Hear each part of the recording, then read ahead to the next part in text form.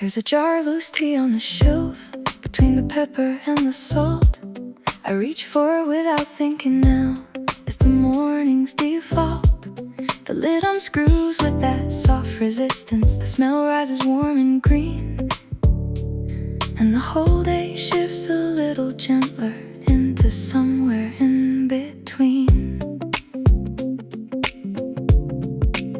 I spoon it into the strainer slowly, watch the leaves fall one by one, dark and curled from somewhere distant, dried by someone else's sun. I pour the water just below the boiling, let it settle, let it steep.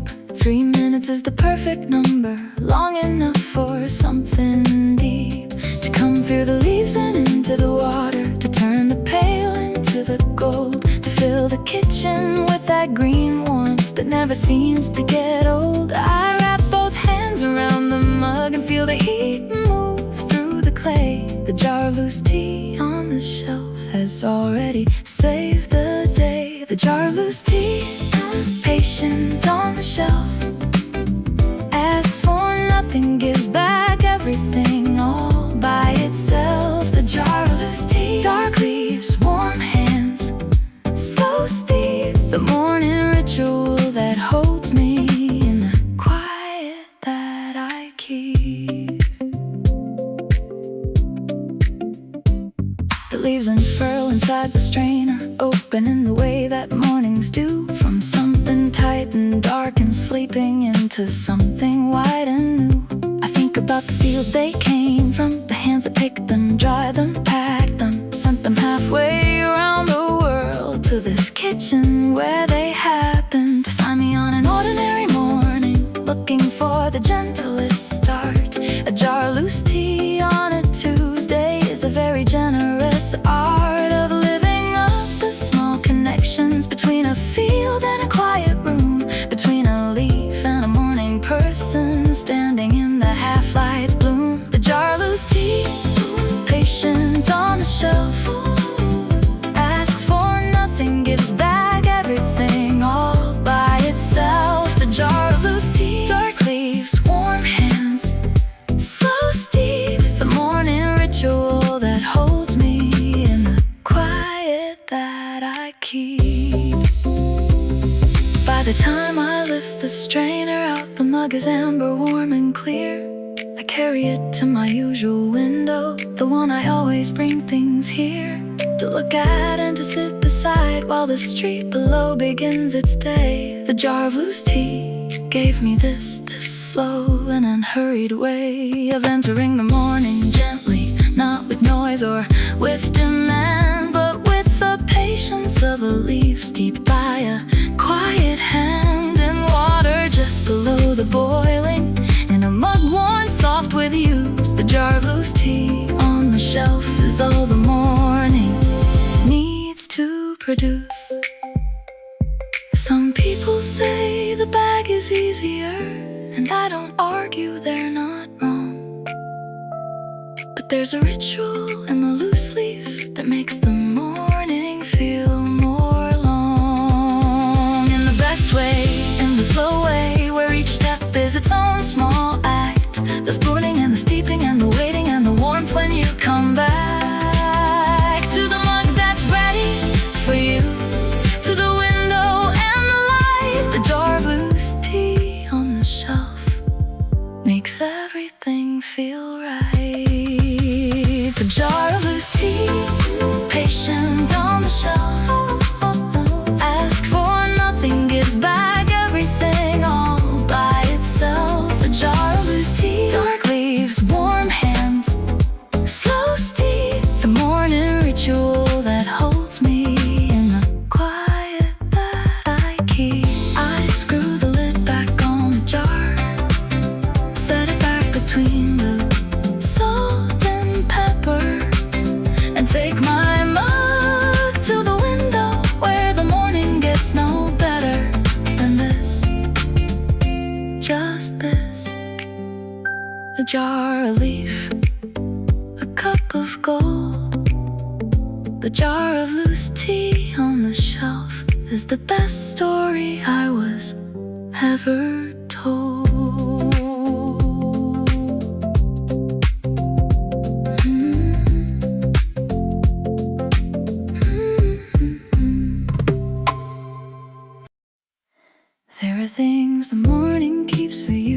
that the rest of the day gives away. A quality of light that doesn't last, a stillness that won't stay. But for an hour, maybe two, before the world picks up its pace, the morning keeps its best things ready in a slow and golden place. It keeps the birdsong before the traffic, keeps the air before the heat, keeps the particular way the dust moves in the light before the street has woken up entirely before the engines and the calls. The morning keeps a kind of silence that belongs between the walls of anywhere you happen to be sitting, with a cup and open sky, a kitchen or a cafe window where the hours pass you by. Gently, only gently, while the light is still deciding what it wants to be today, still inside and softly hiding. Everything the morning keeps is everything you need. The light, the stillness and the slowness in the room to just be free. Everything the morning keeps will not be there at noon, so hold the cup a little longer in this soft and unhurried room. The morning keeps its treasures lightly, gives them freely, ask no cost. Stay a little, breathe a little, nothing here is ever lost. It keeps the memory of the dreaming just before it fades away, that half-illuminated country at the edge of night and day, where things made sense in a different language, where the logic was all light. The morning keeps a little of that feeling just beyond the reach of night, and then it slowly lifts and clears and the waking world comes in. But there's that threshold, that soft boundary where the dreaming and the day begin to overlap like watercolors, bleeding warm into each other. The morning holds that borderland for us like a kindly, patient mother. Everything the morning keeps is everything you need. The light, the stillness and the slowness and the room to just be free. Everything the morning keeps will not be there at noon, so hold the cup a little longer in this soft and unhurried room. The morning keeps its treasures lightly, gives them freely, asks no cost. Stay a little, breathe a little, nothing here is ever lost.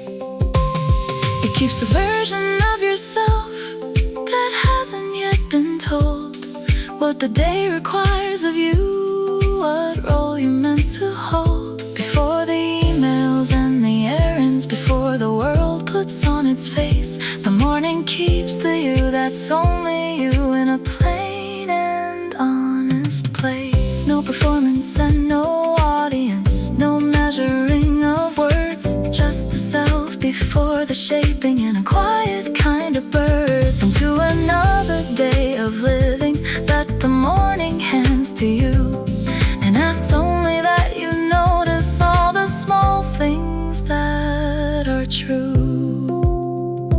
I have learned to be a morning person, not because I rise so early, but because I learned to stay there in the quiet, in the nearly of a day that hasn't hardened yet into what the world requires, when the morning is still open and the self still has its fires burning low and warm and steady, in the kitchen, in the chair, in the window, and the coffee, in the ordinary air that is somehow extraordinary at this hour. Only this, the morning keeps its best things close and gives them freely like a kiss. Everything the morning keeps is everything you need. The light, the stillness and the slowness in the room to just be free. Everything the morning keeps will not be there at noon, so hold the cup a little longer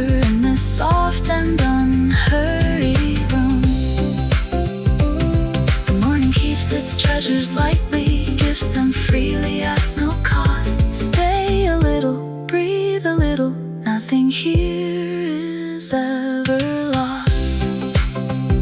And when the day has taken everything and given back its worn out light, remember what the morning kept for you at the edge of last night. The stillness and the softness and the you before the day. The morning always keeps these things and gives them back each time you stay.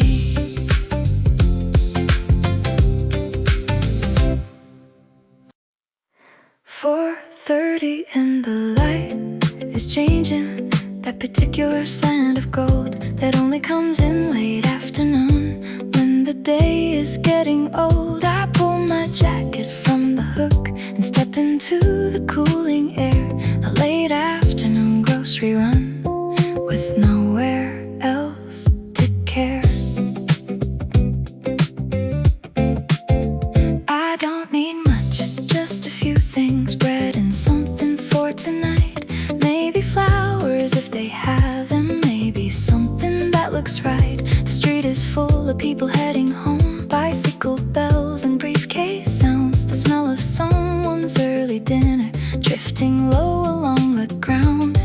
Late light on the grocery windows, the fruit arranged in glowing rows, oranges and persimmons shining in the amber evening's close. People passing, pausing, choosing each one in their quiet world, and I am part of it and grateful and among the gentle swirl. Late afternoon grocery run, the most ordinary errand, but the light is doing something golden and the evening feels transparent. Late afternoon grocery run, bread under my arm and flowers too. The small and necessary things are carrying me through the week and through the worries, through whatever waits at home. A late afternoon grocery run means I was never alone.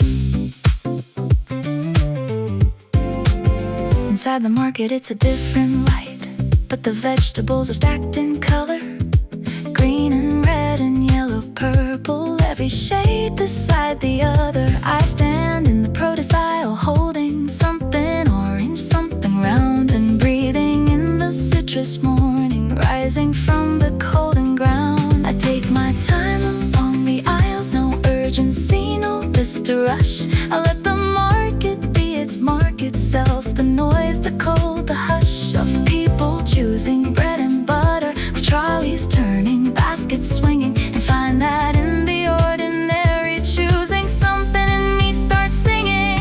Late afternoon grocery run, the most ordinary errand, but the light is doing something golden and the evening feels transparent.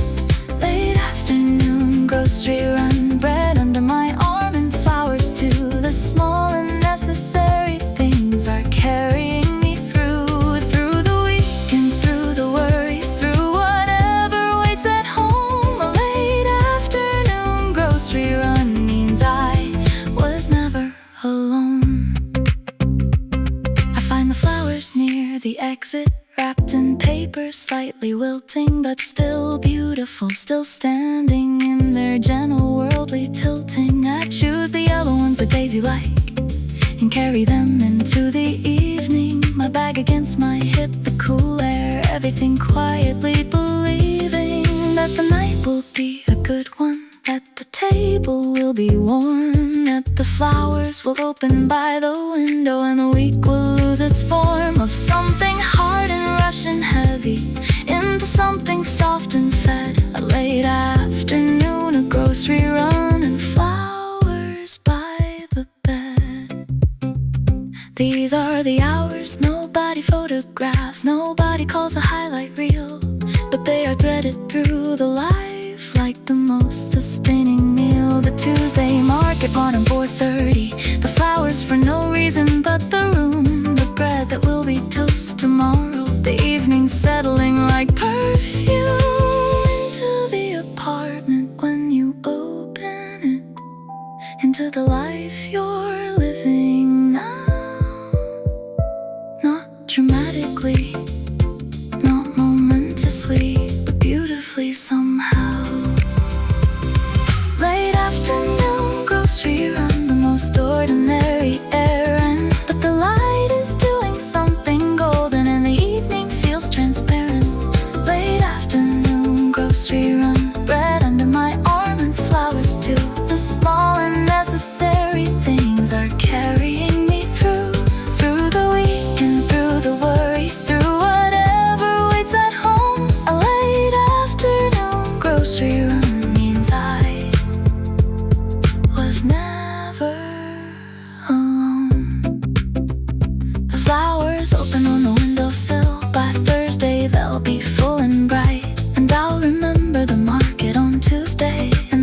circular slant of light that made an errand into something I carried home like gold. A late afternoon grocery run and a story gently told.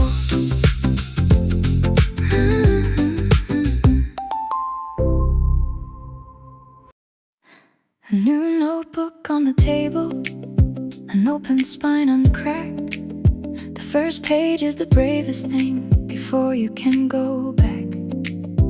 And a pencil sharpened just enough that the point is fine and true.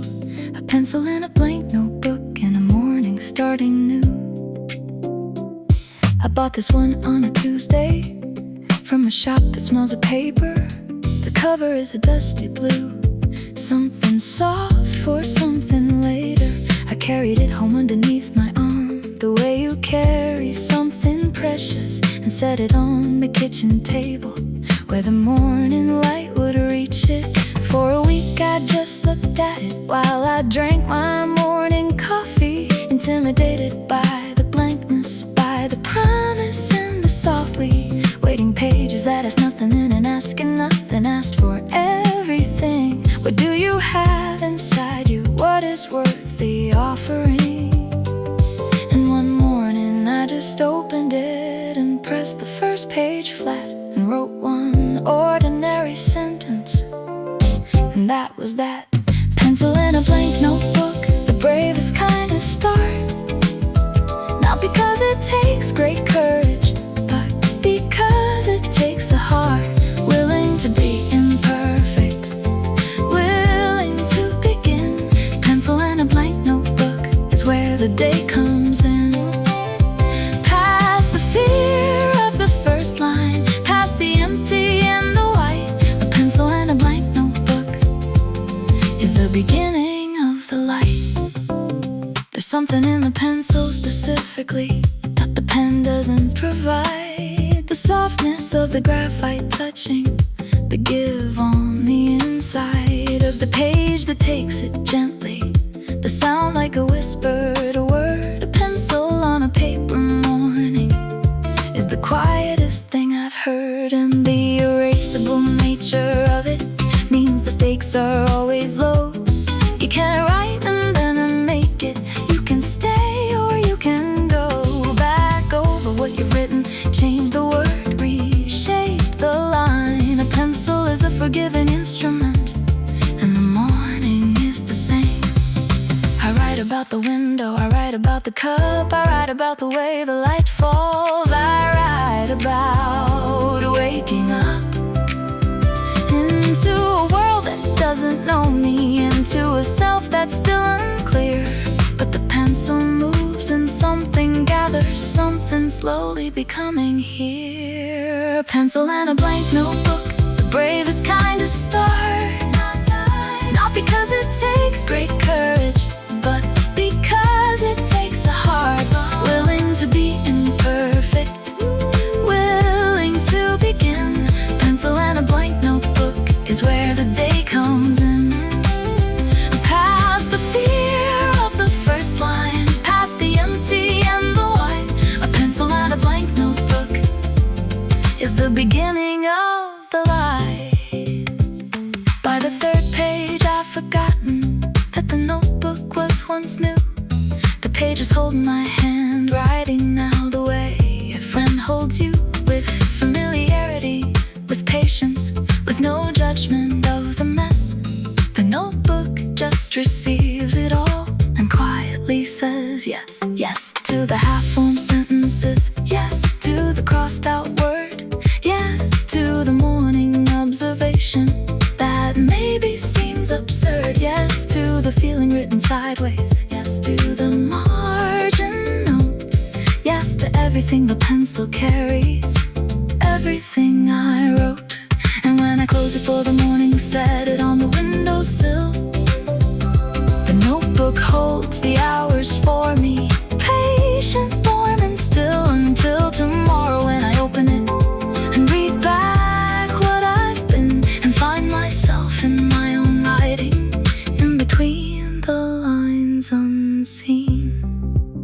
The best mornings start with something that doesn't ask for anything in return. Just an open page, a moving pencil, a small and quiet place to learn.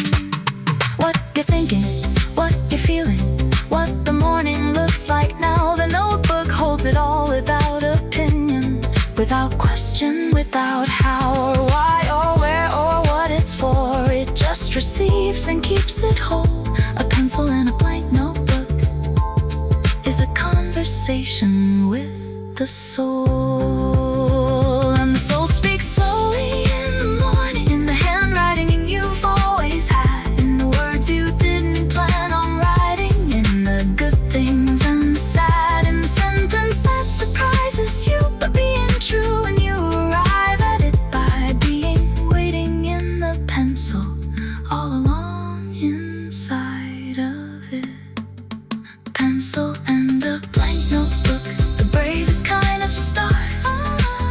Not because it takes great courage, but because it takes a heart willing to be imperfect, willing to begin. Pencil and a blank notebook is where the day comes in, past the fear of the first line, past the empty and the white. A pencil and a blank notebook is the beginning of the light. The pencil rests along the spine, the morning pages full.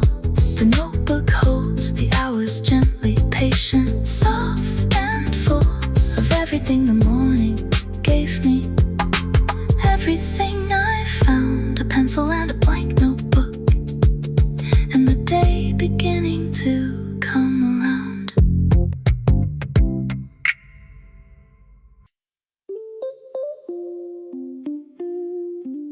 The path has mostly disappeared beneath the clover in the grass. I know it's there because I made it with my feet in seasons past. But now the garden has reclaimed it in the patient way that green things do. And I think I love it better overgrown than when the stone was showing through. I used to keep it trimmed and proper, edges neat and borders clean. But one long summer I stopped managing and let the wild fill in between. The clover came up first, then chamomile, then something small and purple blue. I don't know all their names, I never did, but they seemed to know what they were doing. The bees found out before I did that the path had turned to meadow. They moved in slow and heavy-bodied in the morning's tilted shadow, tipping into every flower, taking only what they need, while I stood and watched them working in the beautiful agreed upon arrangement between the garden and whatever comes to it, where the welcome is in the blooming and the rest takes care of it. Overgrown garden path going somewhere soft and slow, where the edges have all softened and the wildflowers grow. Overgrown garden path, you don't have to know the way, just put your feet among the clover and let the morning say whatever it is going to say, wherever it decides to lead. An overgrown garden path is all the map you'll ever need. I walk it in the early morning, when the dew still bends the grass, when the spider webs are lit like lanterns strung between the stems like glass. And my feet go slow because they have to, because the ground is soft and full of living things that asked for careful, for the patient and the thoughtful. There's a rhythm to an overgrown path that a clean one doesn't have. Each step a small negotiation, each one gentle, never half committed to the passing through, but always watching where you land. The garden teaches this unhurried walking more than any plan. I have come here when I needed something that the inside couldn't give, when the walls were pressing closer and I needed room to live. The overgrown path receives me, let me wander, let me breathe, let me be exactly no one in among the roots and leaves. Overgrown garden path going somewhere soft and slow, where the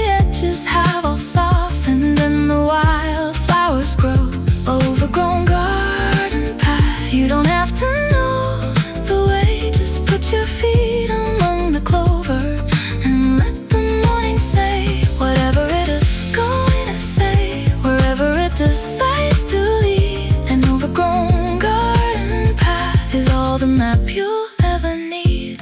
By midsummer I can barely find it. The green has swallowed every stone, but I know it by the feeling underfoot, by the way the path is known to my body more than to my eyes. The way home always is not a destination but a knowing, not a place but simply this. The warmth, the soft resistance of the ground, the smell of chamomile and clover, the way the light comes sideways through the apple tree and tips itself just over the hedge that I stopped cutting 3 years back, which now is full of nesting things, of wrens and sparrows tucked in deep, and all the quiet joy that brings to stand beside an untamed hedge, beside an overgrown stone path, and know that this is yours, this wildness, this unhurried aftermath of letting things become themselves, of stepping back and watching grow the overgrown garden path to somewhere that only patience gets to know. There's a version of a life well lived that isn't about the perfect edge, that gives itself to gentle growing, to the clover and the ledge of an untended beloved garden, where the wildness has a home, where the morning dew collects in spider webs, and you don't walk it alone. You walk it with the bees and beetles, with the robin in the hedge, with the grass that grew up through the stones, and the chamomile at the edge. You walk it with the morning light that finds the path before you do, and the garden in its overgrown abundance walks it too. Says come in and walk among us, says there's nowhere else to be, says the path is not the destination, the path is just the being free to go slowly, to go softly, to let the wild reclaim the stone. An overgrown garden path in morning is the least alone. Overgrown garden path going somewhere soft and slow, where the edges have all softened and the wildflowers grow. Overgrown garden path, you don't have to know the way, just put your feet among the clover and let the morning say whatever it is going to say, wherever it decides to lead. An overgrown garden path is all the map you'll ever need. The path ends at the apple tree, or maybe that's where it begins. I turn around and walk back slowly through the clover, through the stems, through the morning, and the spider webs, through the light, and through the green. The overgrown garden path behind me, the most beautiful I've ever been.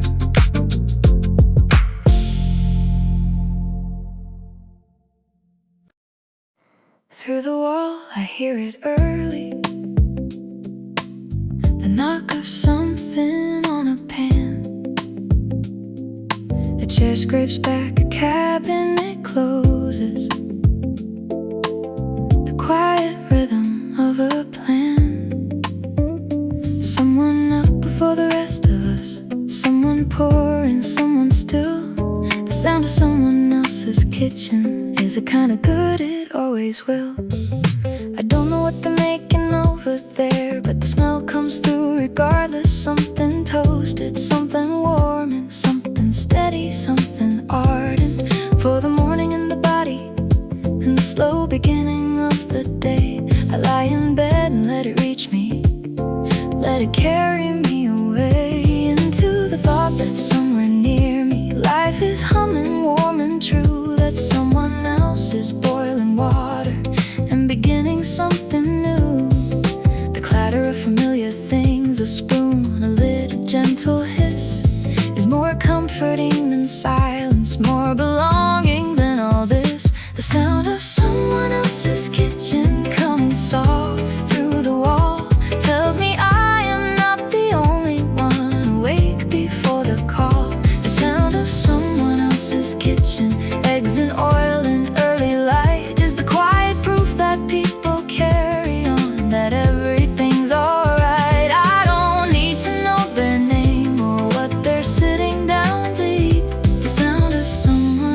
else's kitchen is the morning feeling complete. There's a radio on low in there. I catch the melody, not the words. Something jazzy, something drifting underneath the morning birds. And whoever's in that kitchen is moving slow, unhurried, free. The kind of person who makes breakfast like it's something worth the time to be. I think about the mornings I rush through, standing eating over the sink. No music, no table, no window, too busy even to think about the fact that food is comfort, that the act of making it is love, that the sound of a kitchen in the morning is something sent from up above into the ordinary places where we carry out our lives. The morning kitchen sound reminds us that the simple hour thrives without permission, without fanfare, without anyone to see. Just the sound of someone else's kitchen, set in someone else like me.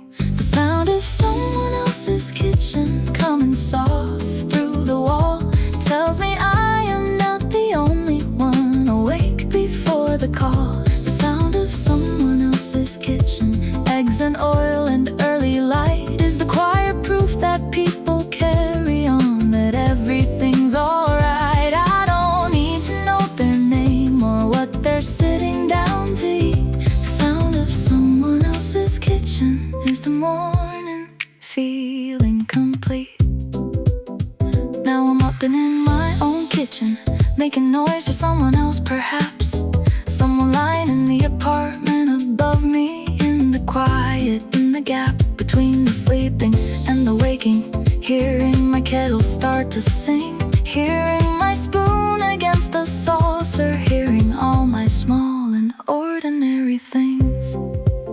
And maybe they are grateful for it, the way that I was grateful too, for the proof of human nearness. In a morning cold and new, we are cooking for each other, without knowing, without plan. Just the sound of all our kitchens, weaving every woman, every man into the fabric of a morning, made of warmth, made of light, made of someone else's radio. And the smell of something right, I set my table by the window and I say a quiet thank you to whoever's in that kitchen, and whoever's hearing mine come through. We live so close and yet so separately, these walls between us paper thin. But in the morning all the kitchens let the belonging back in, through the smells and through the clatter, through the music faint and low.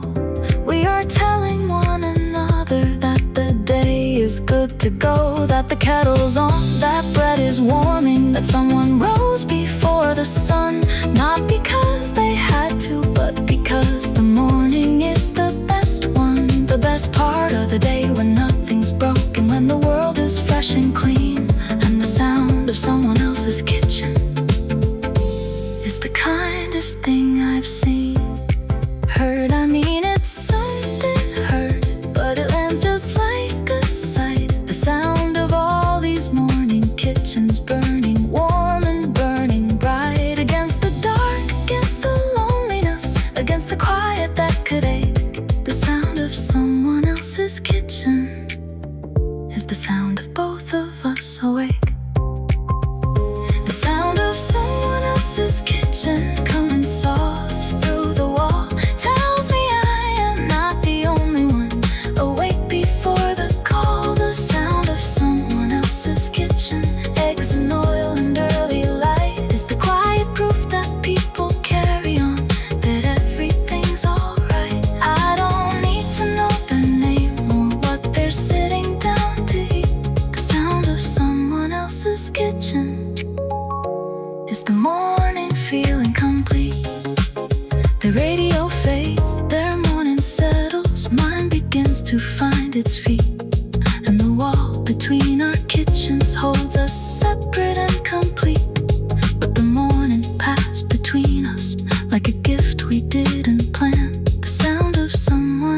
mama's kitchen and the sound of who I am.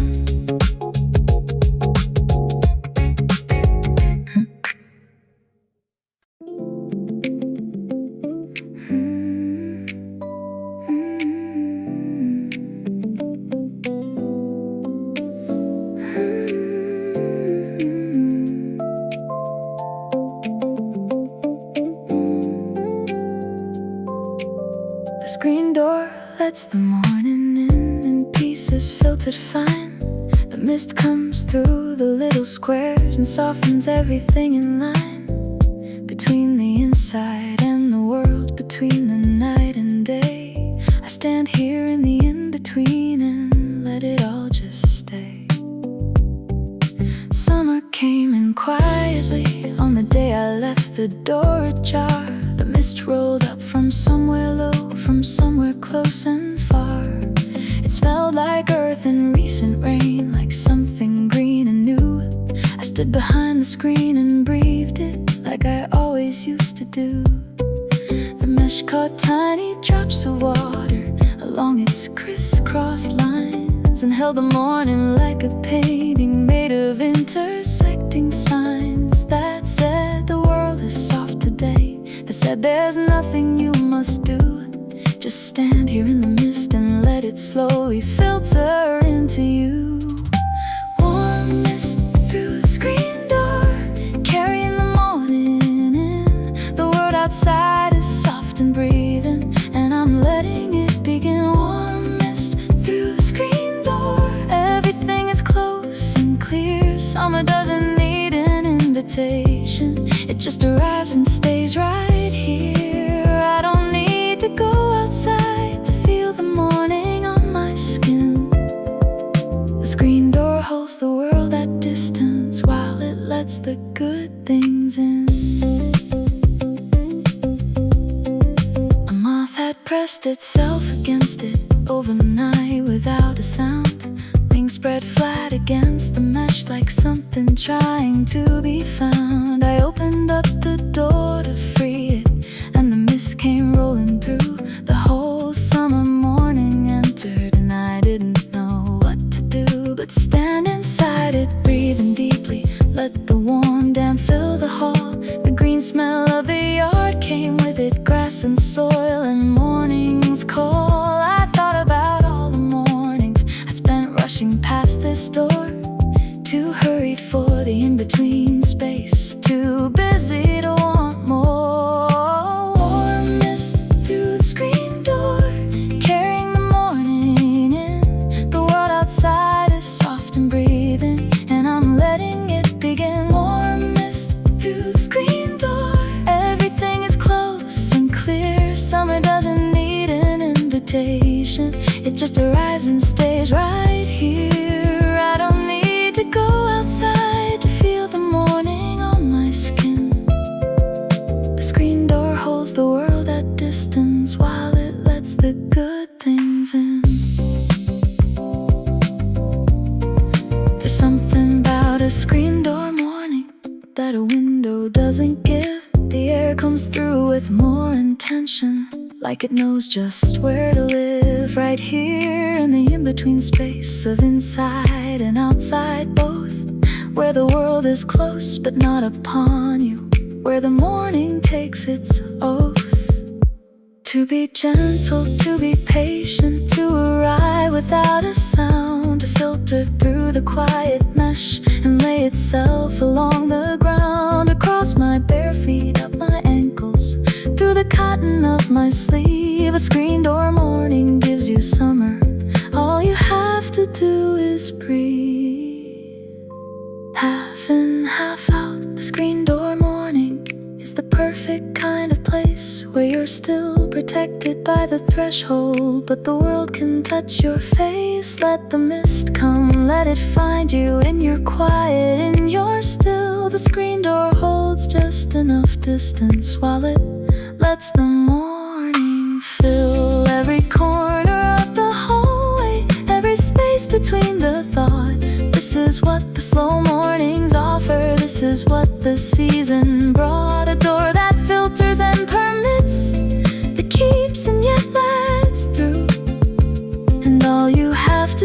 we stand there while the mist comes into you. Warm mist through the screen door, carrying the morning in. The world outside is soft and breathing, and I'm letting it begin. Warm mist through the screen door, everything is close and clear. Summer doesn't need an invitation, it just arrives and stays right here. I don't need to go outside to feel the morning on my skin.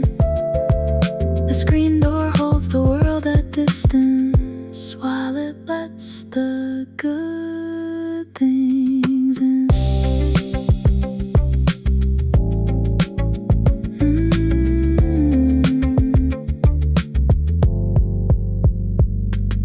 The mist has cleared, the door swings softly back and forth in morning air, and I am standing at the threshold, neither here nor fully there, just exactly where the morning meets the inside of my day. Warm mist through the screen door, and I would not have it any other way.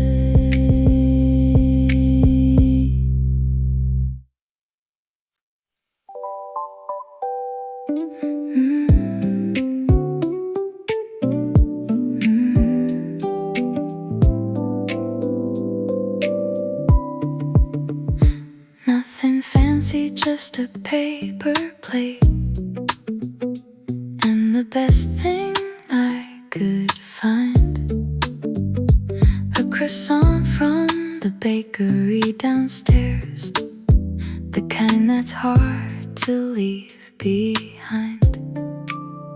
It came out warm still from the oven, wrapped in tissue, plain and white. I carried it up 4 flights of stairs and waited for the morning light. Set it on a paper plate, the most humble kind of throne, but a croissant doesn't need the china to make a moment all your own. Croissant on a paper plate, the simplest luxury. Nothing needs to be more perfect than this moment and this me. Croissant on a paper plate, the layers pull apart like days. The butter and the golden morning come together in a haze. I tore it slowly at the middle, let the steam escape and rise. The flakes fell soft across the table, a small and flaky paradise. Outside, the city was already moving, but I stayed inside my bite of something warm and made with patience by someone up before the light. Croissant on a paper plate, the simplest luxury. Nothing needs to be more perfect than this moment and this me. Croissant on a paper plate, the layers pull apart like days. The butter and the golden morning come together in a haze. When I finished, there were crumbs enough to map the morning that I had. A paper plate with golden traces of a breakfast not so bad. Not so bad, I mean magnificent in the way that small things are. A croissant and a paper plate, more precious than a star. We spend so much time looking for the grand and the refined, but the ordinary morning pastry is the thing that feeds the mind.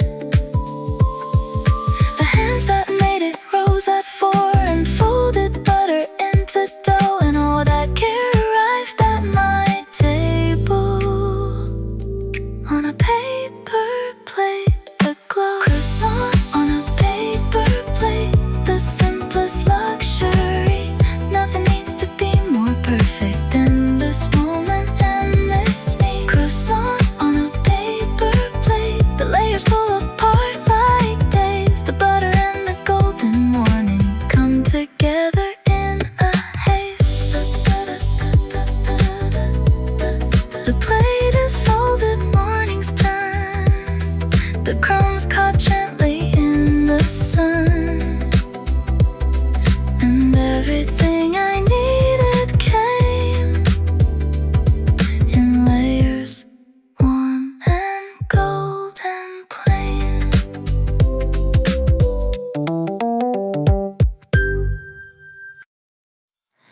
One bird starts it, just one before the rest.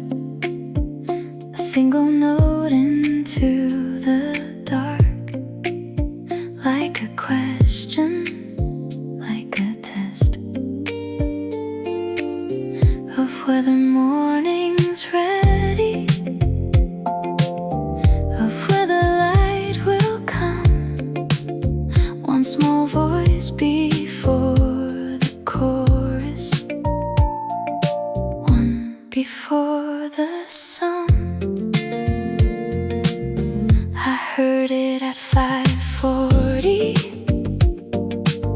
still dark outside my pain. That lone uncertain singing, cutting through the quiet plain. It doesn't know I'm listening, it doesn't care at all. It simply starts the morning with its unself-conscious call. The first bird before sunrise sings as if it knows that everything is coming, even when it doesn't show. The first bird before sunrise trusts the light will break, starts the song before the morning fully comes awake. And then a second voice joins in from somewhere down the street, and then a third, and then the chorus,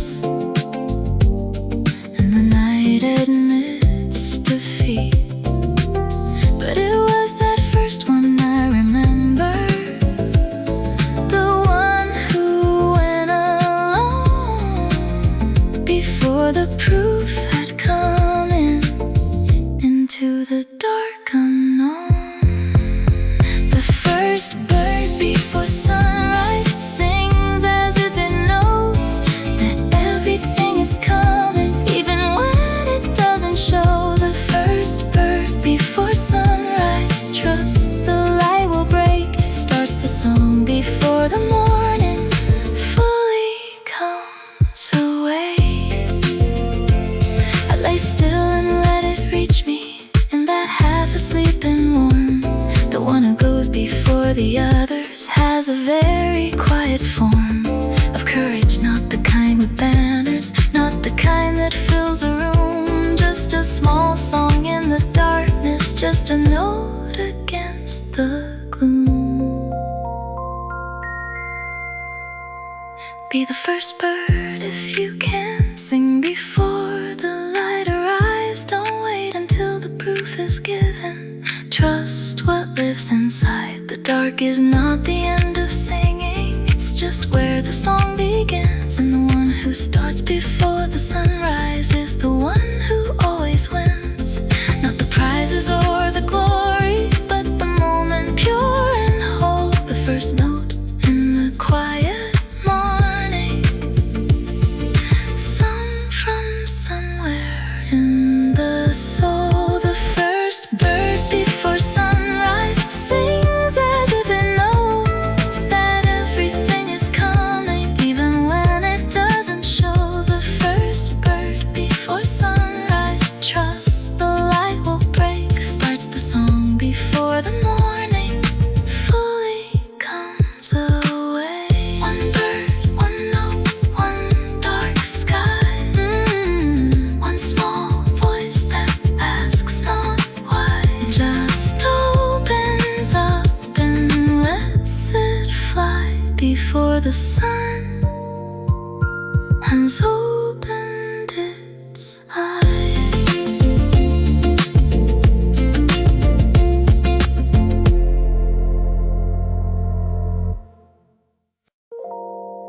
It moves across the floor so slowly, that patch of afternoon sun. By the time you notice where it's going, it's already almost 2 o'clock. Moved my chair to where it lay. Sat inside the warmth it offered for the middle of the day. The cat had found it first, of course. She always does, she always will. She stretched one paw into the light, and everything was still. A patch of afternoon sun, moving slow across the room. The warmest kind of company, the gentlest kind of bloom. A patch of afternoon sun, you can't hold it, can't stay, but you can sit inside it while it lasts before it slips away. The dust floats up inside it, golden, every particle a world. I watch the tiny spinning cosmos, lazy, drifting, slightly curled. This is what the afternoon gives when you stop and let it in. A slow and sunlit meditation in the quiet where you've been. A patch of afternoon sun, moving slow across the room. The warmest kind of company, the gentlest kind of bloom. A patch of afternoon sun, you can't hold it, can't stay, but you can sit inside it while it lasts before it slips away. By 4 it's reached the skirting board. By 5 it's gone entirely. But those 2 hours in the sunlight were the best part of my theory. That happiness doesn't ask for much, just attention.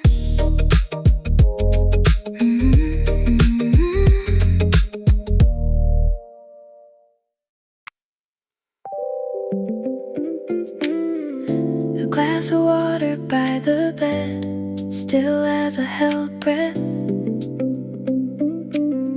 Perfectly transparent, perfectly still, before the day takes its first step.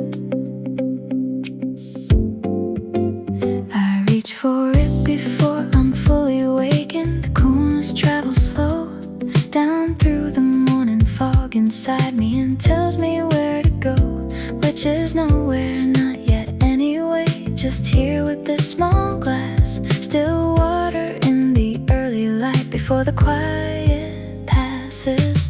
Still water in a glass, the clearest kind of start. No flavor, no complexity, just something for the heart. Still water in a glass, the most honest morning thing, before the coffee and the curtains, before anything. The light comes through and splits it open into angles on the wall.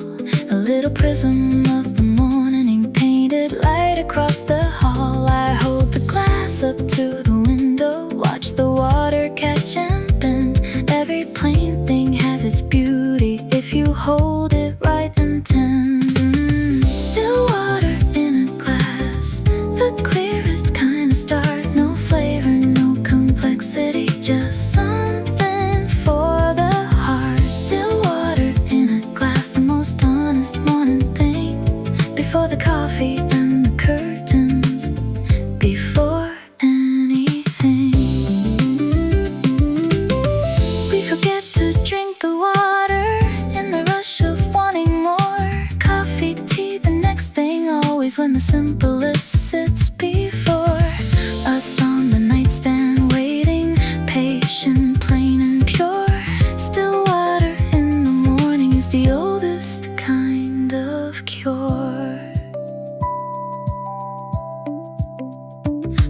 everything needs to be complicated. Not every morning needs a ritual. Sometimes the most grounding thing is a glass and a space to belong to yourself before the world claims you, to the quiet before the sound. Still water in a simple glass is how the self is found.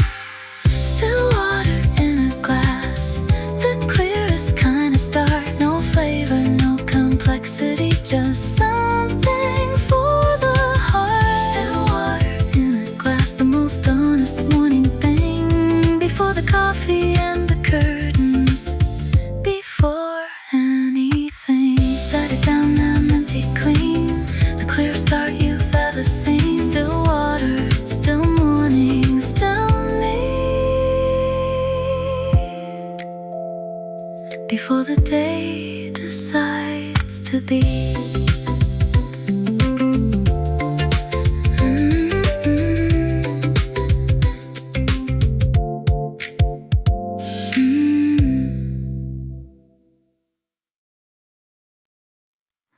Before a single cup is poured, before the water even boils, there's a moment in the grinding when the whole world softly coils around that smell, that dark and rich and roasted earthy thing. The smell of ground coffee in the morning is the first note that I sing. I grind it slow on purpose, just to let the fragrance rise. Something ancient in the ritual, something kind before my eyes.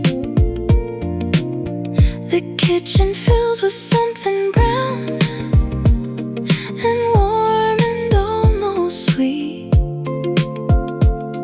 The smell alone could wake a person from the deepest morning sleep. The smell of ground coffee before the day begins, before the noise, before the motion, before anything sets in. The smell of ground coffee is a promise in the air that the morning will be worth it, that someone put the care. I close my eyes and just breathe in for longer than I should, and in that small suspended moment, everything feels good. Not perfect, not forever, just this breath, this smell, this now. The coffee hasn't asked for anything, and neither have I somehow.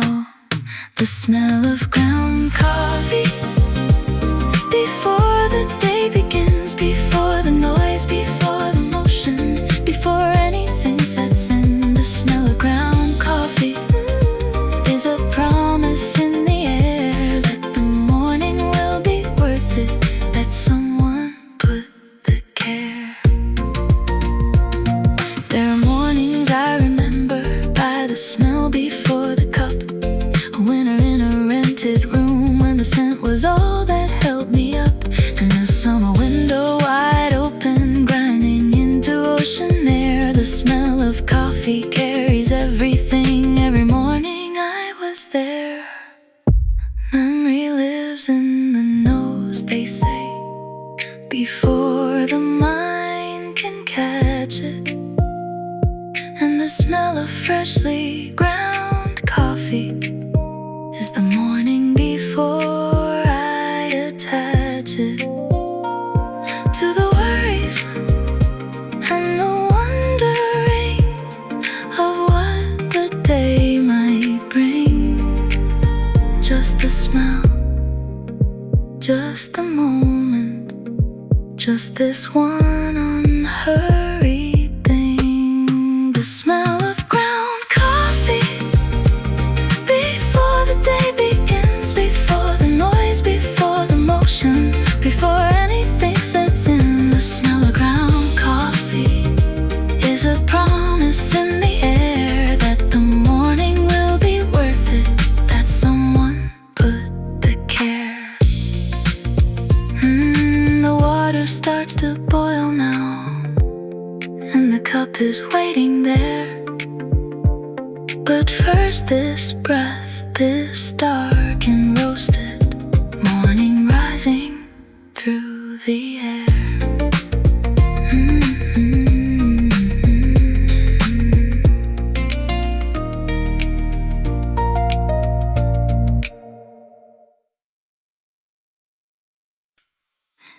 There are two chairs by the window, one for you and one for me.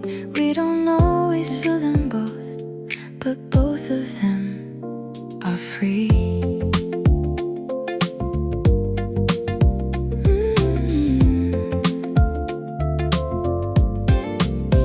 I pushed them close together once, so the armrests almost touch. We sat and watched the street below without saying very much.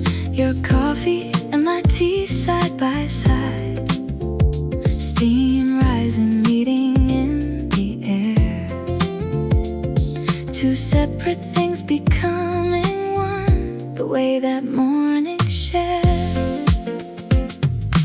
Two chairs by the window in the early morning light, one for the quiet you bring in,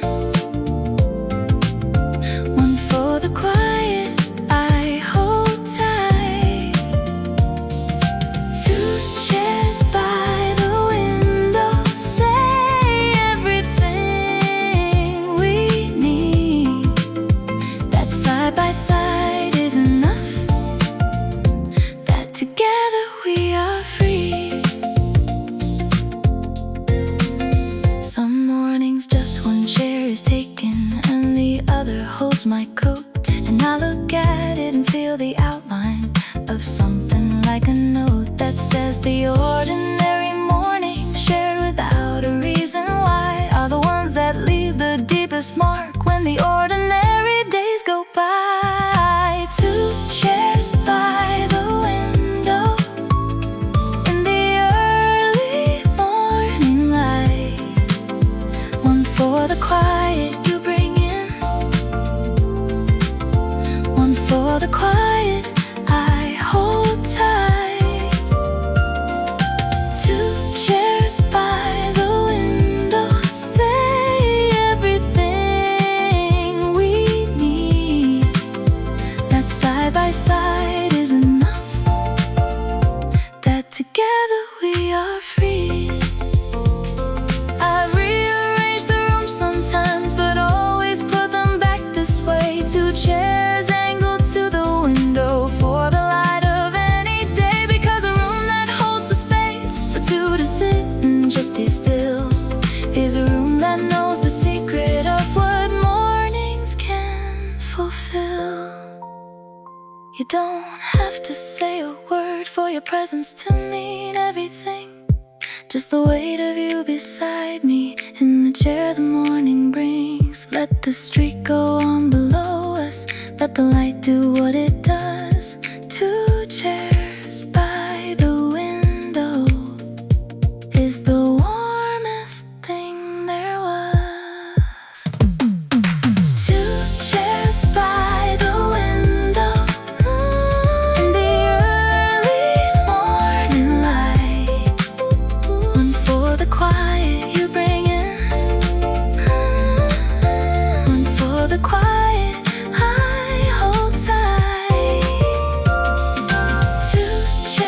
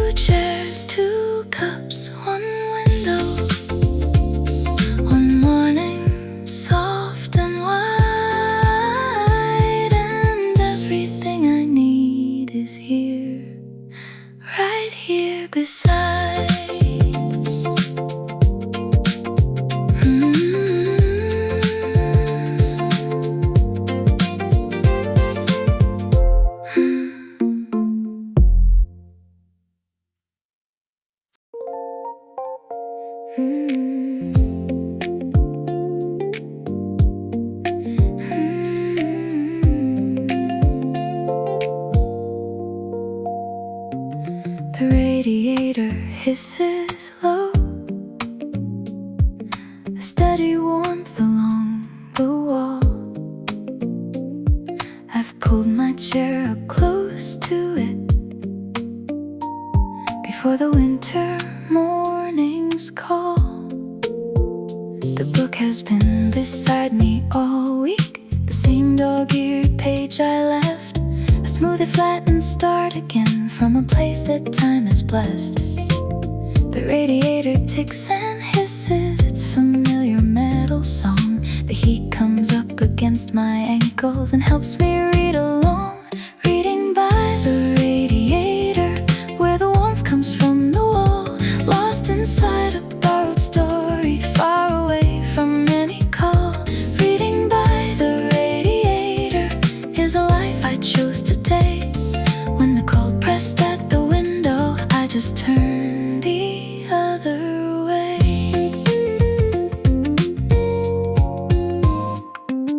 A character I've grown attached to something brave and small.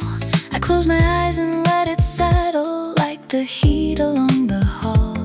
Outside, the frost has drawn its patterns on the corners of the pane, and I am deeply warm and grateful for the book and the refrain. Reading by the radiator, where the warmth comes from the wall. Lost inside a borrowed story, far away from any call. Reading by the radiator is a life I chose today. When the cold pressed at the window, I just turned the other way. By the time I reach the chapter's ending, my tea has gone completely cold, but I'm warm in all the ways that matter in a story I was told. And the radiator hisses softer as the morning gives way to noon, but I'm staying in my chair a little longer,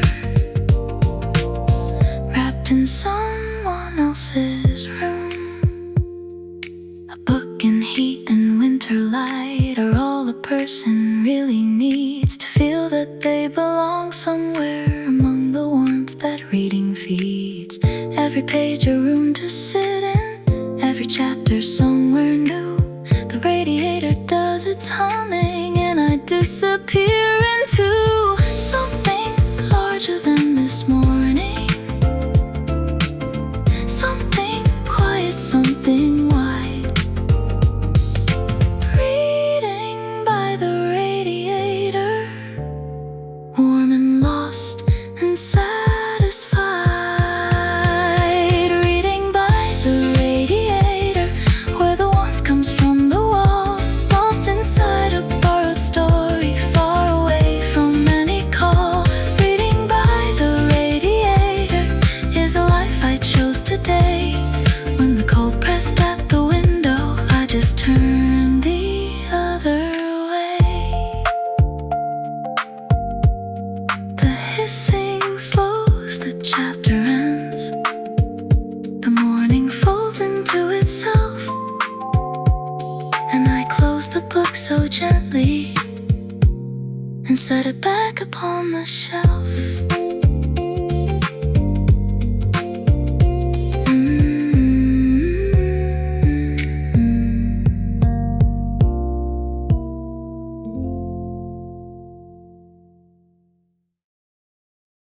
Tick, tick, tick. The old clock on the shelf doesn't rush, doesn't hurry, just keeps time all by itself.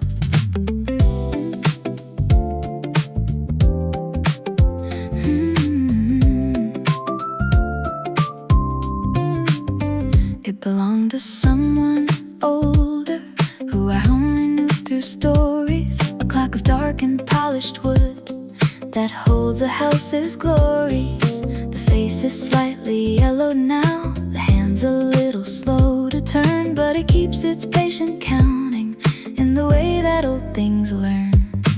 Old wooden clock on the shelf, you don't ask for much at all, just a winding every Sunday and a place upon the wall.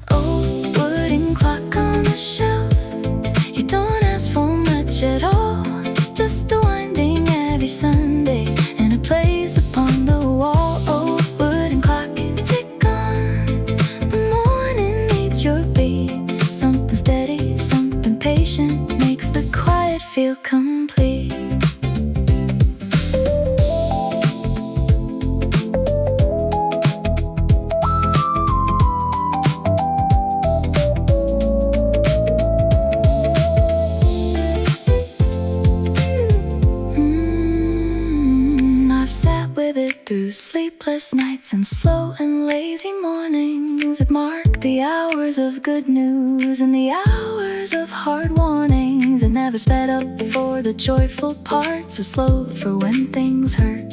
It just kept its even counting through the silk and through the dirt.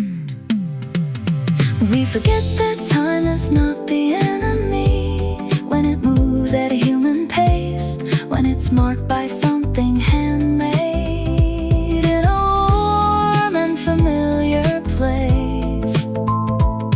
The digital world counts milliseconds, but a wooden clock counts days, and there is grace in the imprecision of its slow and faithful ways.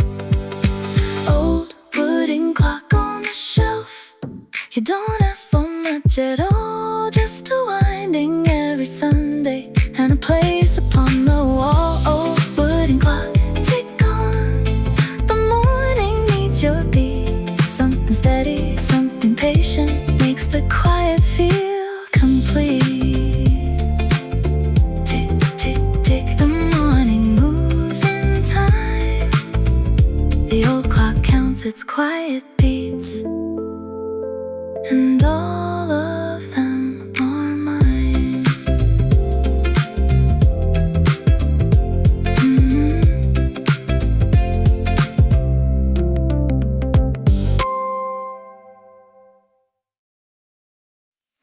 Someone left a jar of jam beside my door. No note, no name, just something sweet. A tiny jar of wildflower, rose and more. The kindest morning I could meet.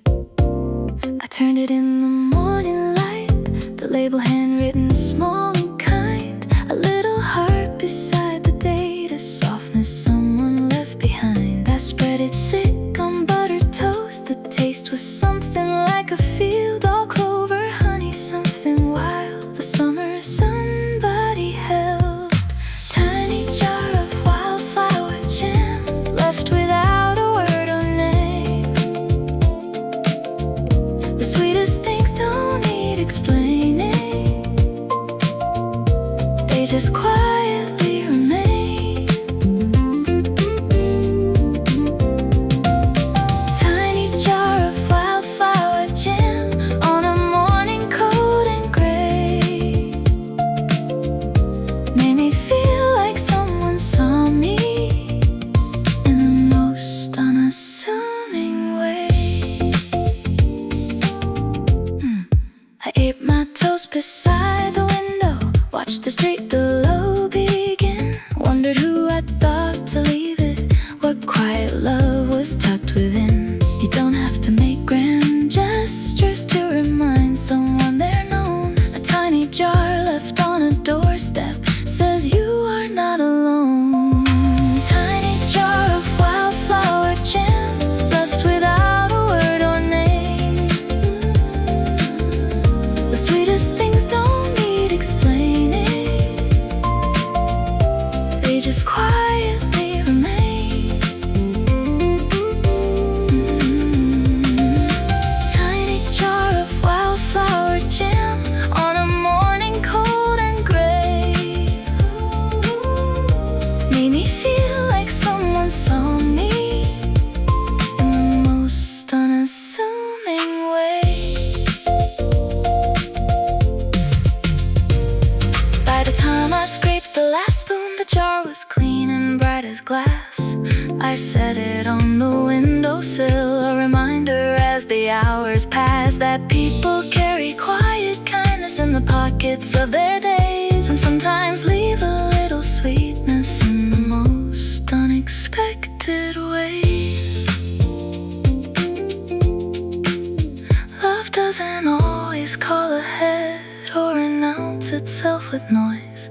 Sometimes it just leaves a jar among the ordinary joys, and you find it in the morning when the world feels hard and plain, and one small act of someone's caring makes you wanna start again. Tiny jar of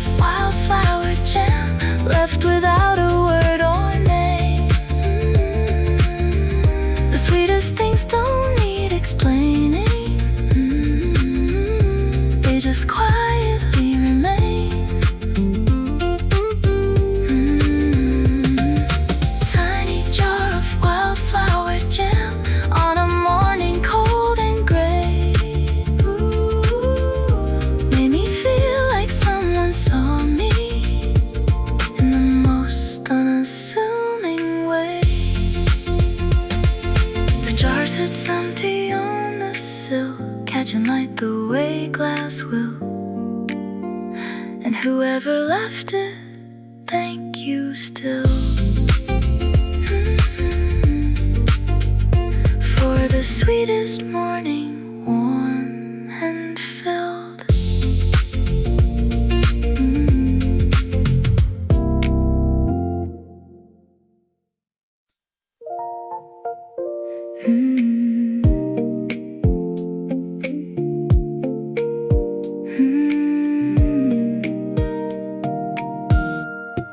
I always take the corner booth, the one beside the window seat, where I can see the whole cafe and keep my back against something neat. 9 o'clock and half the tables are already claimed and warm. The barista knows my order, and the morning knows its form. I set my things out on the table, notebook, cup, and nothing more. The corner booth at 9 is waiting, like it's waited here before. Corner booth at 9, my small and faithful place, where the world moves past the window, and I hold my quiet space.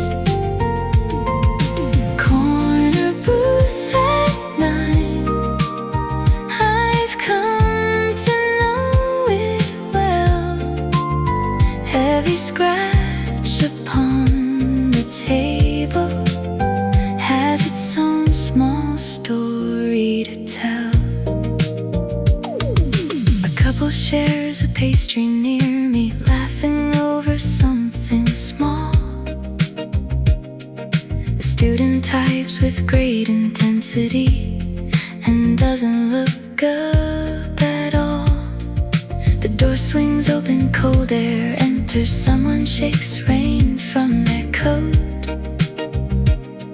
The cafe holds them all so gently, every person, every note. Corner booth at 9, my small and faithful place, where the world moves past the window, and I hold my quiet space. Corner booth at 9, I've come to know it well. Every scratch upon the table has its own small story to tell. By 10 the booth will belong to someone who will make it theirs as well. And tomorrow I'll come back and find it waiting with its quiet spell. This is what a good place offers, not possession but a turn to sit inside its borrowed warmth and take whatever you can learn. Every cafe has its corner, every corner has its view, a place to be a quiet stranger among the others passing through. And there is comfort in the sharing of a space that holds us all. The corner booth at 9 is everyone's, for whoever needs to fall into the warmth of something steady, something known and something safe. A corner and a cup and morning is a very gentle place. Corner booth at 9, my small and faithful place, where the world moves past the window, and I hold my quiet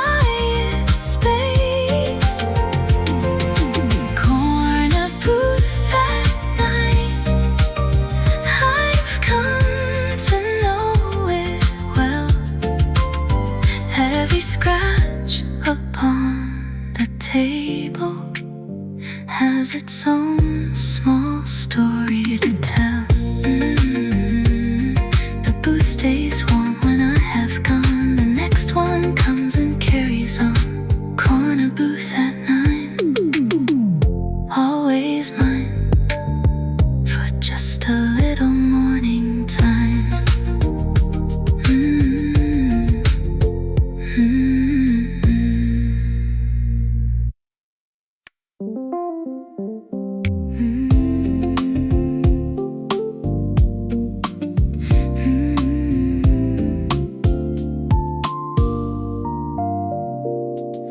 The rain came in before I woke, already tapping at the pane. A Saturday with no ambition, just the soft and steady rain. I didn't pull the curtains open, I just listened from the bed. The rain was telling its own story, and I followed where it led. Then slowly rose and made my way to the kitchen, slow and bare. The rain kept on as I boiled water with a kind of gentle care. Soft rain on a Saturday, the best excuse to stay. No errands and no obligations, just the rain to fill the day. Soft rain on a Saturday, I'll make another pot. I'll read a little, drift a little, be grateful for what I've got. The street below is dark and shining, every puddle holds the sky. A woman walks beneath an umbrella and doesn't seem to wonder why. She smiles at something I can't see, and then she's gone around the bend. And I go back to my warm window, where the quiet doesn't end. Soft rain on a Saturday, the best excuse to stay. No errands and no obligations, just the rain to fill the day. Soft rain on a Saturday, I'll make another pot. I'll read a little, drift a little, be grateful for what I've got. By afternoon the rain has softened to a mist that hugs the eaves, and I have done exactly nothing, and I feel like I can breathe. These rainy Saturdays are given like a small and unexpected grace, a reason to stay close to home and fall in love with your own space. Some days ask you to be busy, some days ask you to go out, but a Saturday of soft rain is asking you to do without all the rushing and the proving and the noise of being seen. Just a window and a rainy day, and everything in between. Soft rain on a Saturday, the best excuse to stay. No errands and no obligations, just the rain to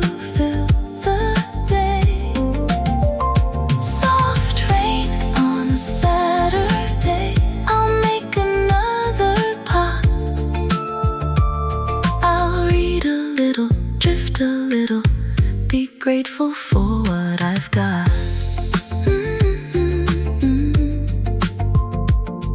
The rain slows to a whisper now. The day is almost through. A soft rain on a Saturday was all I ever knew.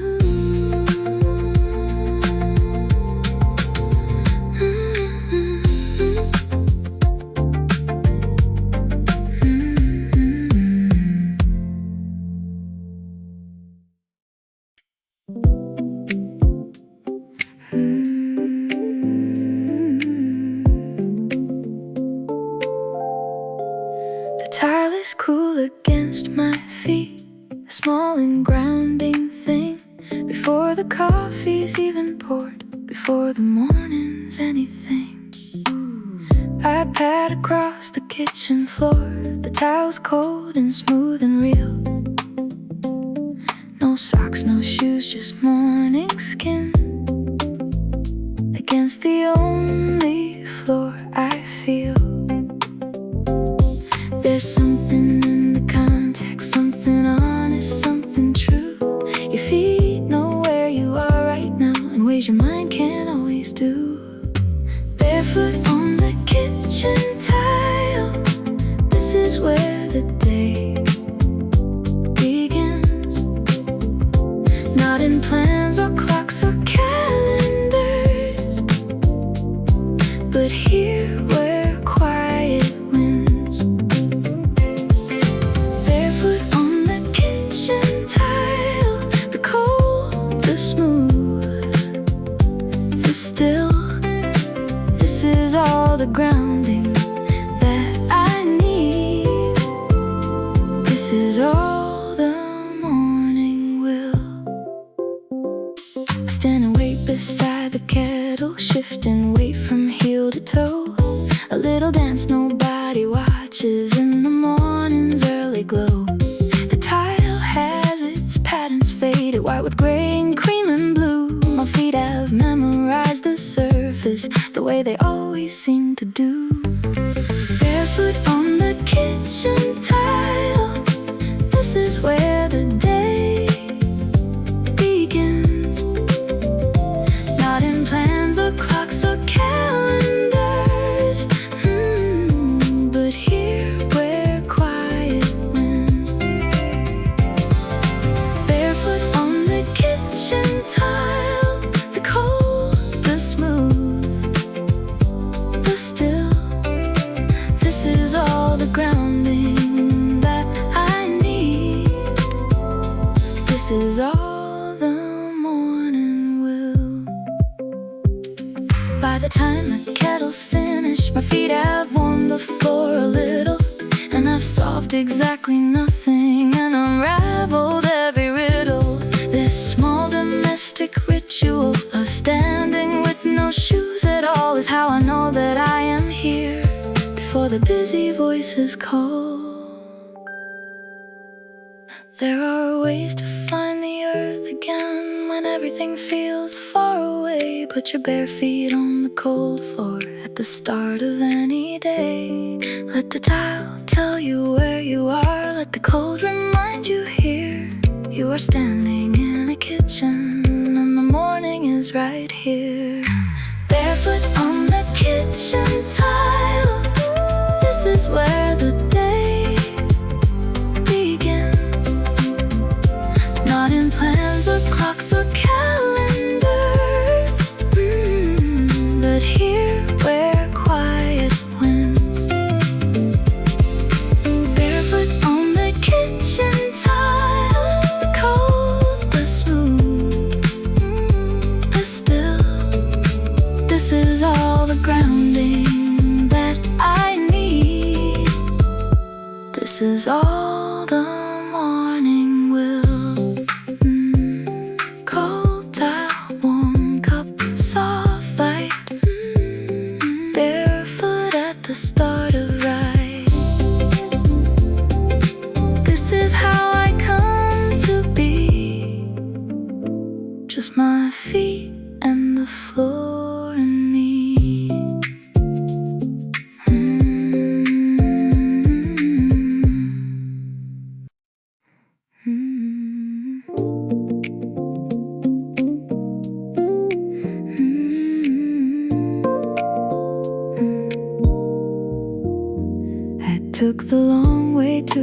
table this morning. Stop by the window, then the bookshelf, then the door.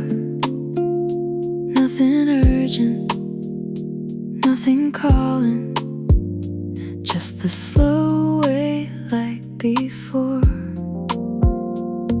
I paused beside the potted fern and checked if it had drunk enough.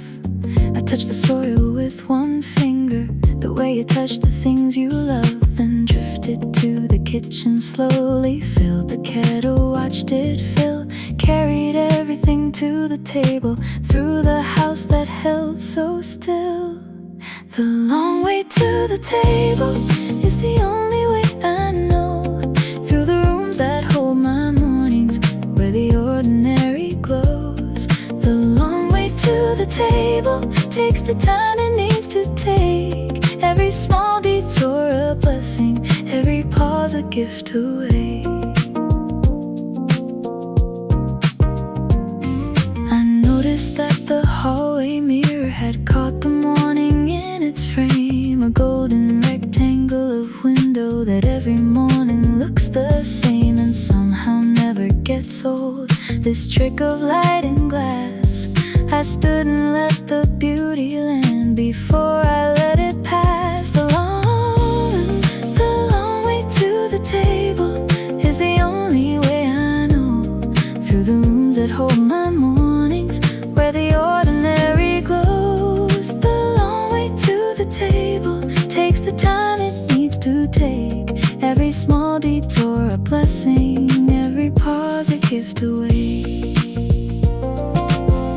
By the time I reached my chair, the coffee was just right to pour. I'd already had a morning before the morning opened more. The long way gave me back the house, each corner, each familiar thing, the fern, the mirror, and the kettle, all part of what the mornings bring. We rush from room to room so often that the rooms become a blur. But slow down, let the walls speak to you, let the morning furniture remind you that a house is living, that the ordinary hums with everything you've ever loved here, with everything that always comes. The long way to the table is the only way I know, through the rooms that hold my mornings, where the ordinary glows. The long way to the table takes the time it needs to take, every small detour a blessing, every pause a gift away. Through the fern and through the mirror, through the hallway, through the light, the long way to the table is always, always right.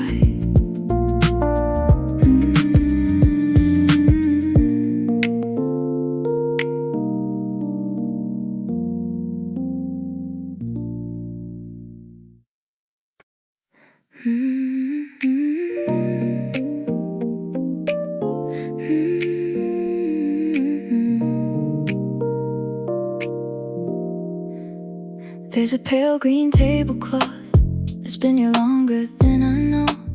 It softens everything it touches with its faded, quiet glow. I found it folded in a drawer and spread it out one Sunday slow. It's worn a little at the corners where the threads have let things go. But faded things have their own beauty, something softer than the new. A pale green tablecloth in morning makes the whole room feel like dew. Pale green tablecloth, you make this table feel like home. Something gentle in the fabric tells me I am not alone. Pale green tablecloth, you've seen so many morning cups, so many hands in conversations, so many slow waking ups. I set a vase of wildflowers on it, something yellow, something white. Against the green they look like paintings made of ordinary light. A coffee ring from Tuesday's morning has left its watercolor mark. I think of it as unintentional art, a small impression in the dark. Pale green tablecloth, you make this table feel like home. Something gentle in the fabric tells me I am not alone. Pale green tablecloth, you've seen so many morning cups, so many hands and conversations, so many slow waking ups.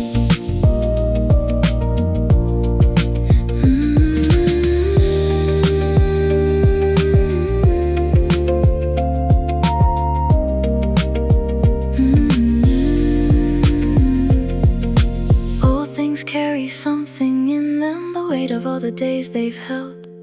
A tablecloth that's seen the seasons, knows the stories it has spelled. I run my hand across the surface, feel the soft and slightly rough, and know that this small act of touching is more than almost enough. Green like something early growing, like the light before it's fully day, like the feeling of a slow beginning when the night is put away. I don't need much to feel belonging, just a table and a cloth, a cup of flour, quiet morning, and the rest can just come off. Pale green tablecloth, you make this table feel like home. Something gentle in the fabric tells me I am not alone. Pale green tablecloth, you've seen so many morning cups, so many hands and conversations, so many slow waking ups. Pale and green and worn and real, the softest thing I've come to feel. A tablecloth, a morning me, and everything I need to be.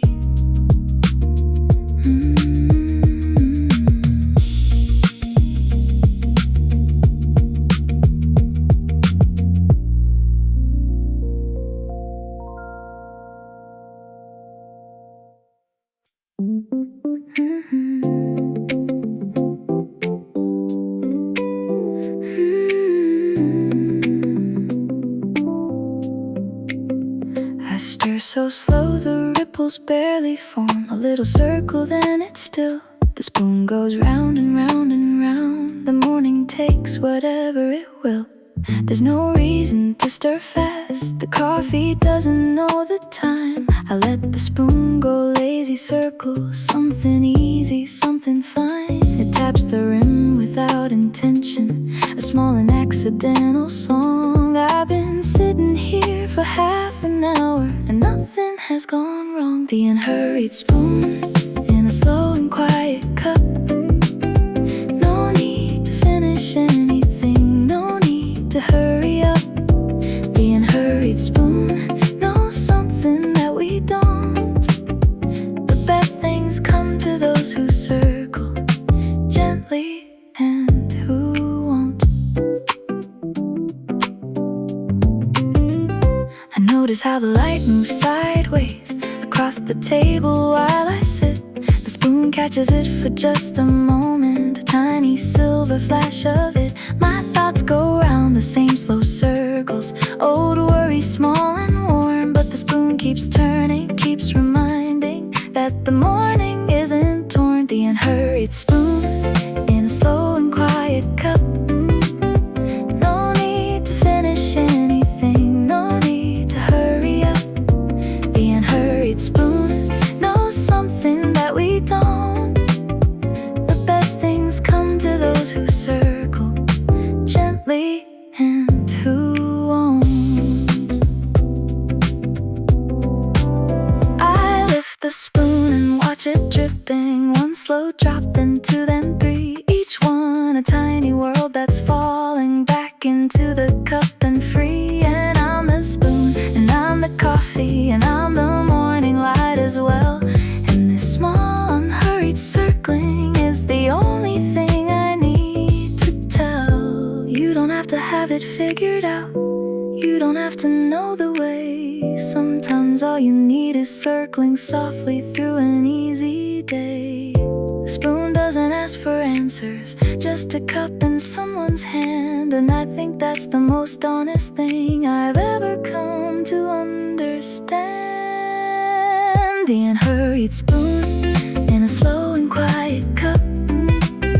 No need to finish anything, no need to hurry up. The unhurried spoon knows something that we don't. The best things come to those who circle gently and who won't.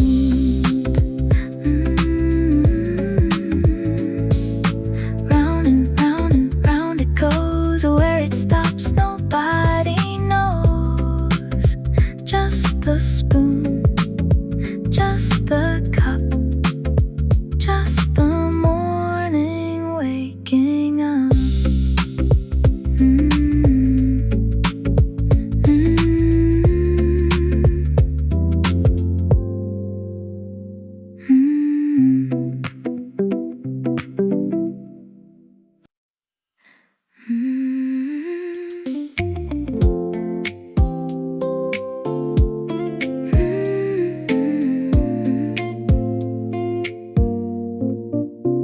The maple outside has its morning face, wet with the night before. I sit with syrup in my coffee and wonder what this day is for. Dew on every leaf this morning. The tree is dressed in tiny lights. All the small accumulated water from a long and quiet night.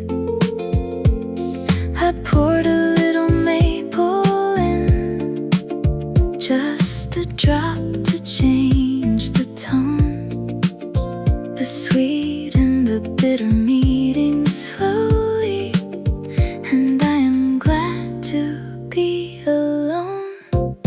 Maple and morning dew, everything is soft and new. The tree outside is dressed in diamonds, and I'm dressed in something true. Maple and morning dew, no need for anything else at all.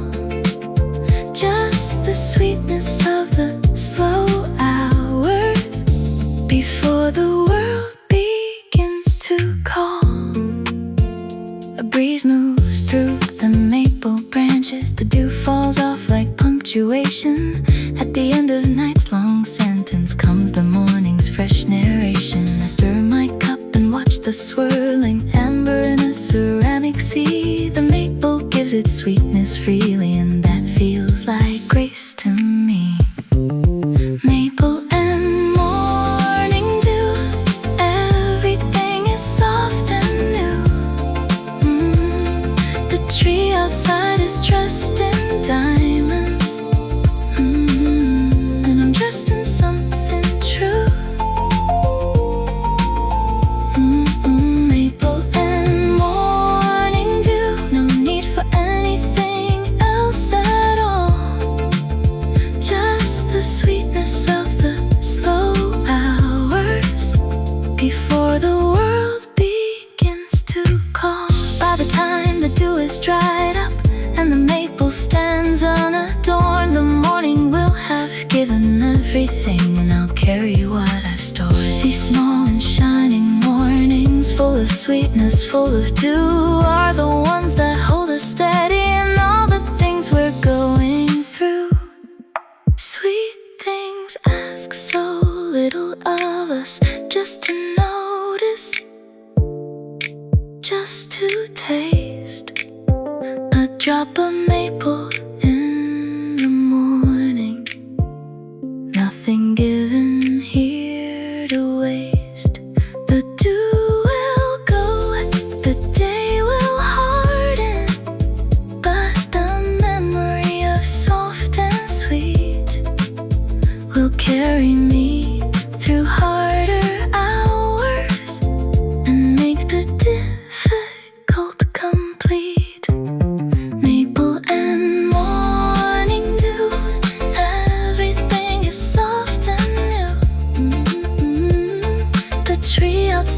is dressed in diamonds.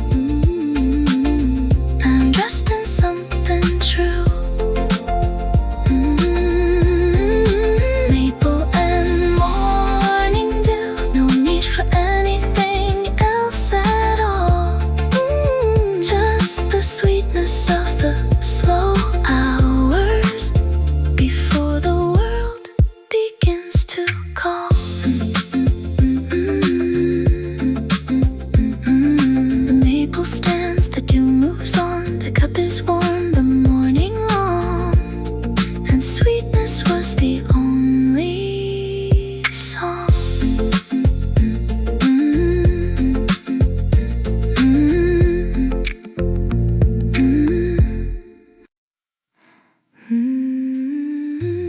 I didn't write a single thing down last night.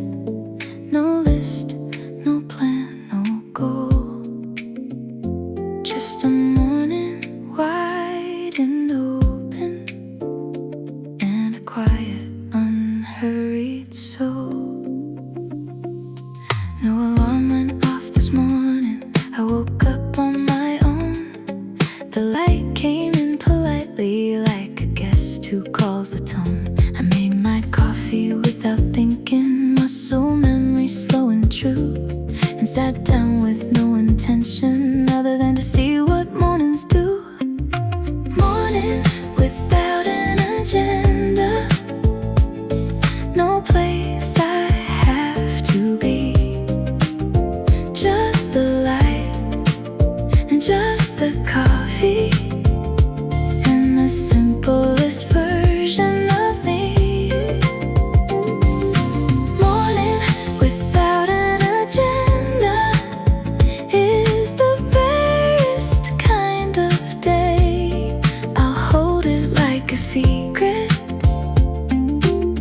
before it slips away. I opened up the window, let the cool air in, heard a dog bark 3 streets over and a distant violin. The city had its business and I had mine, which was none. I watched a cloud go slowly by and felt like I had won. Morning without an agenda, no place I have to be. Just the light and just the coffee, and the simplest version of me. Morning without an agenda is the rarest kind of day. I'll hold it like a secret before it slips away. By 10 o'clock I'd done exactly nothing that would make the news, but I'd noticed how the dust moved and I'd sat inside my shoes. I thought about a friend I missed and smiled and let it be. A morning with no agenda gave all of that to me. We spend so much time filling in the white space of the day, but white space is where breathing lives, and breathing finds a way to slow the heart, to clear the noise, to let the good things surface. A morning with no agenda is never without purpose. Morning without an agenda, no place I have to be.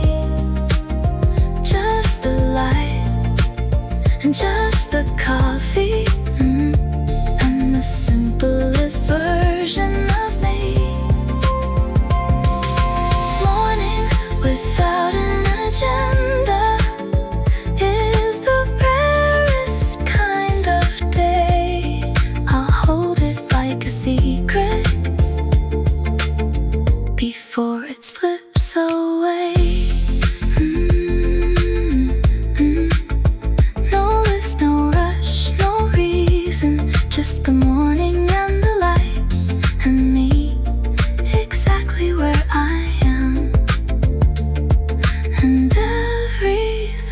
just right.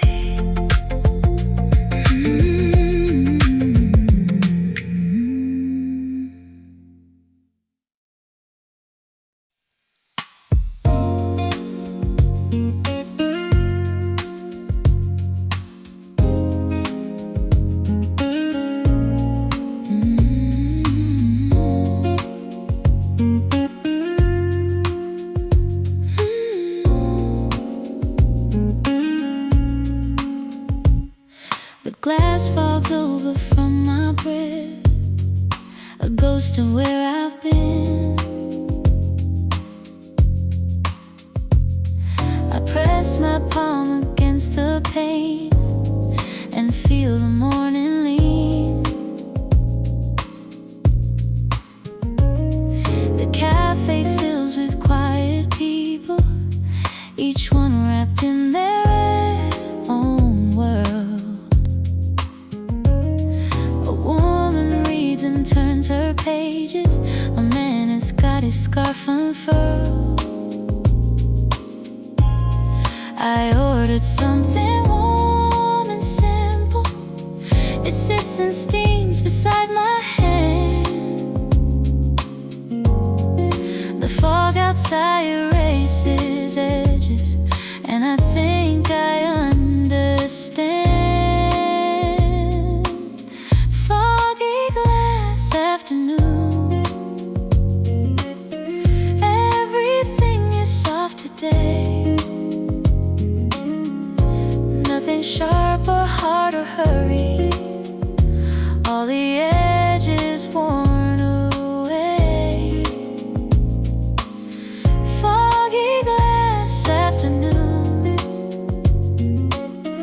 I am glad to be right here, where the world outside is gentle and the inside feels so clear. The music from the corner speaker is something slow I've never heard. It doesn't need a name or label, it just drifts like a forgotten word. I watch the fog collect and scatter each time someone opens the door. A rush of cold, a bloom of warmth, and then the stillness settles more. Foggy glass afternoon,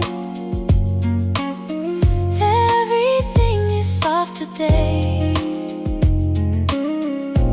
Nothing sharp or hard or hurry, all the edges worn away.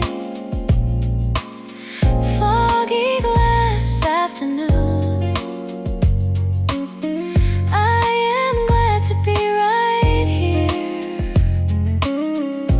where the world outside is gentle and the inside feels so clear.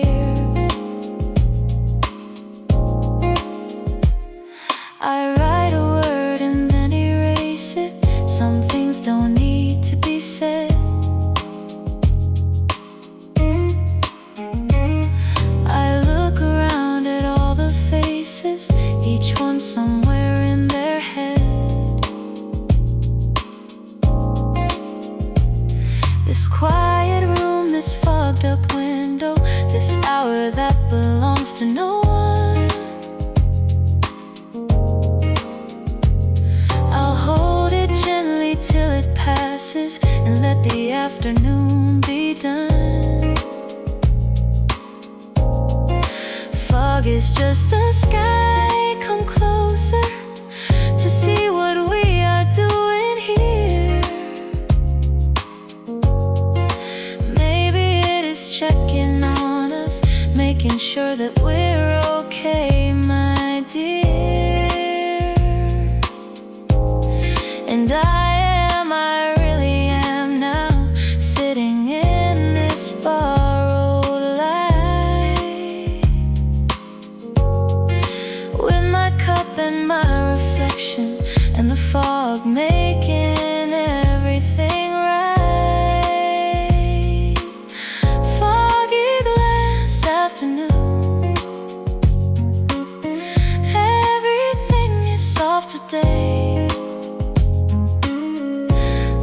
sharp or hard or hurry, all the edges worn away.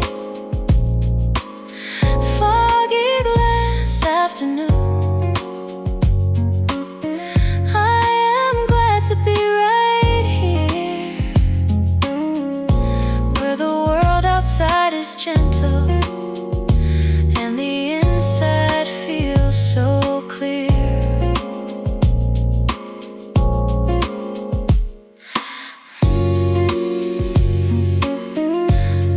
The fog stays long on the glass, and I stay long in my chair. The afternoon asks nothing of me, and I give it nothing but care.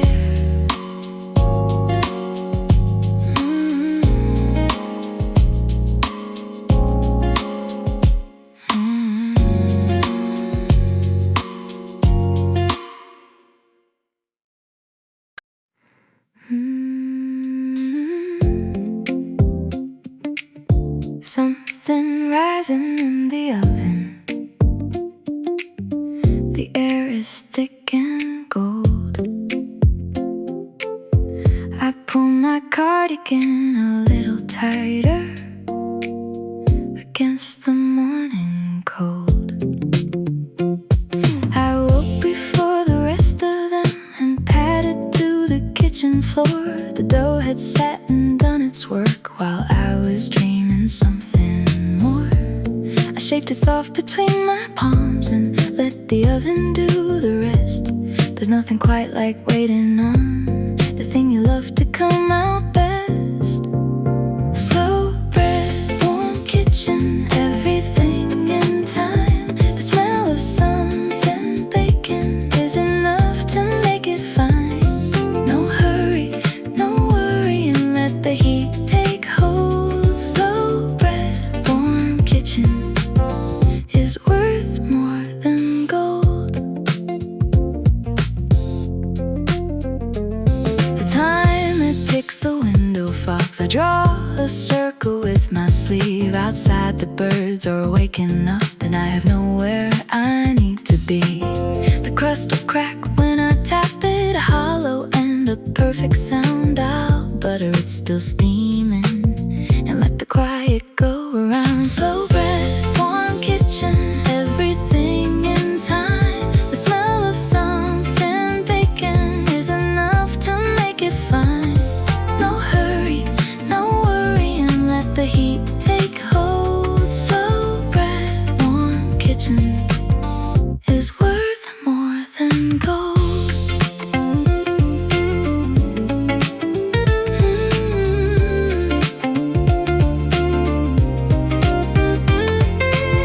I cut a thick and clumsy slice the way my mother used to do. A little jam from the back of the shelf, something familiar pushing through these rituals. They hold us still against the current of the day. A loaf of bread, a buttered knife is more than words could ever say. Patience is a kind of love you give to what you're making.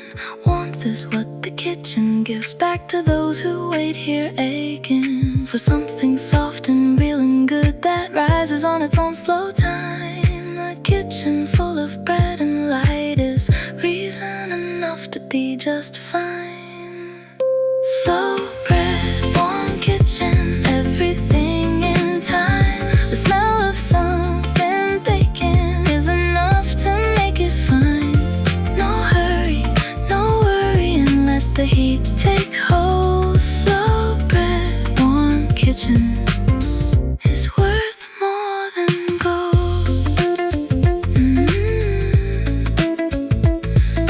The loaf cools slow on the wooden board. The morning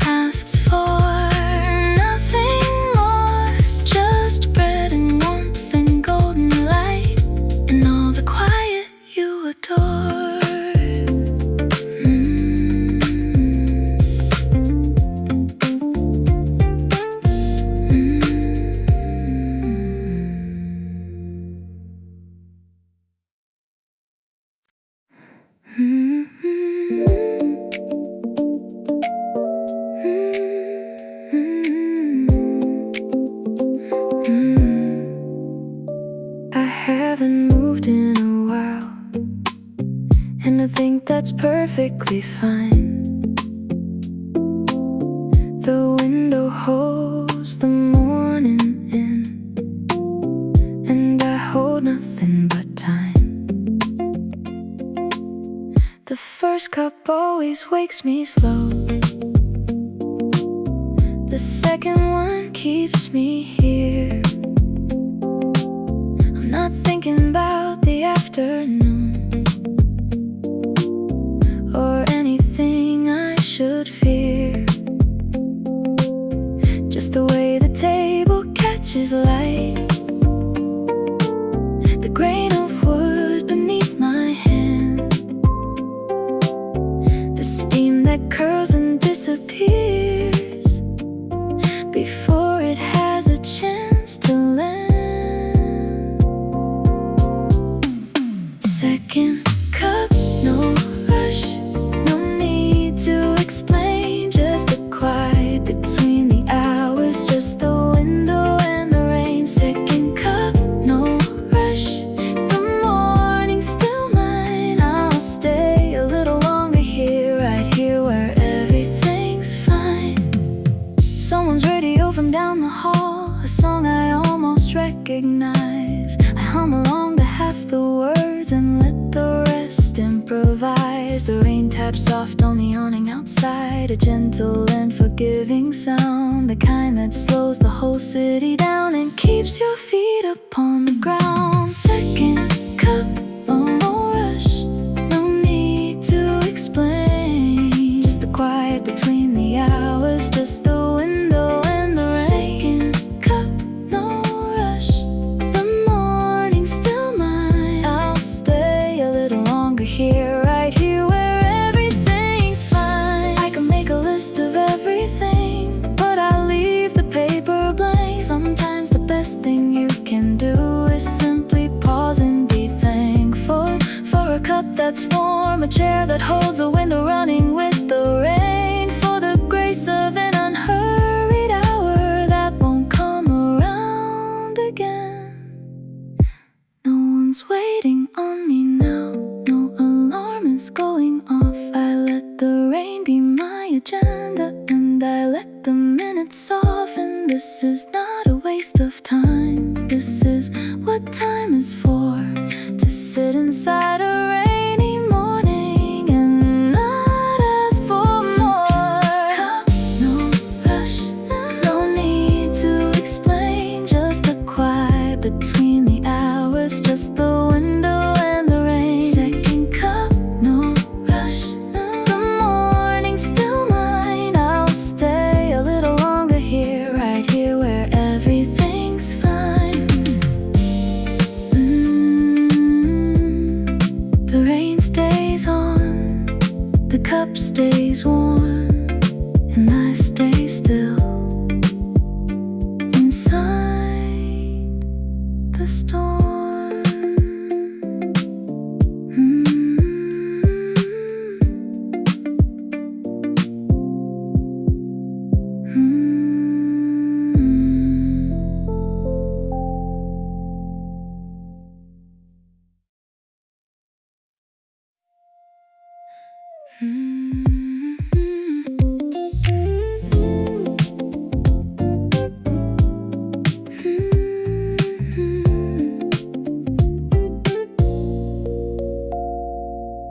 The kettle hums a quiet note, low and warm and round.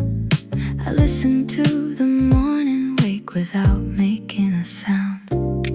Blue enamel on the stove, a little worn around the rim. I've had it since I can't remember, the paint is fading at the brim. It whistles soft before it boils, a gentle warning, nothing harsh. I'm standing here in yesterday's socks, somewhere between asleep and dark. Blue enamel kettle, sing your morning song. I'll pour the water slowly, I'll take my time, it won't be long. Old and worn and faithful, you never let me down. Blue enamel kettle, the best thing in this town.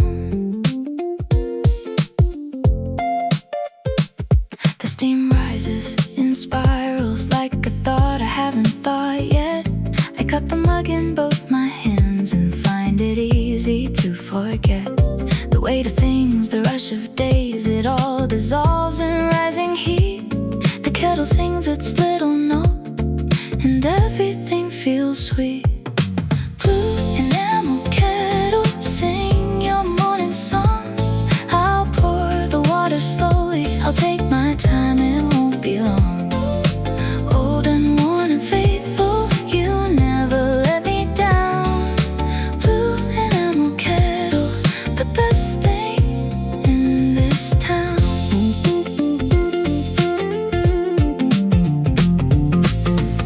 There's something in the ordinary that nobody talks about. How a kettle and a quiet room can drive away the doubt. Not forever, just for now. This small and steady peace, the hum before the morning boils, a moment of release. I don't need much to feel alright, just water, warmth and light. A cup, a spoon, a window view, and blue against the white. These worn and patient things, they hold the days together.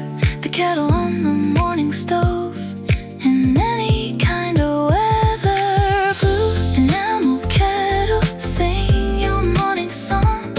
I'll pour the water slowly, I'll take my time, it won't be long. Old and worn and faithful, you never let me down.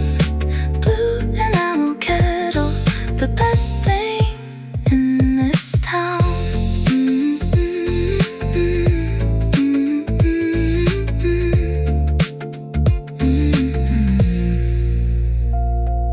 The kettle hums a quiet note, low and worn and blue.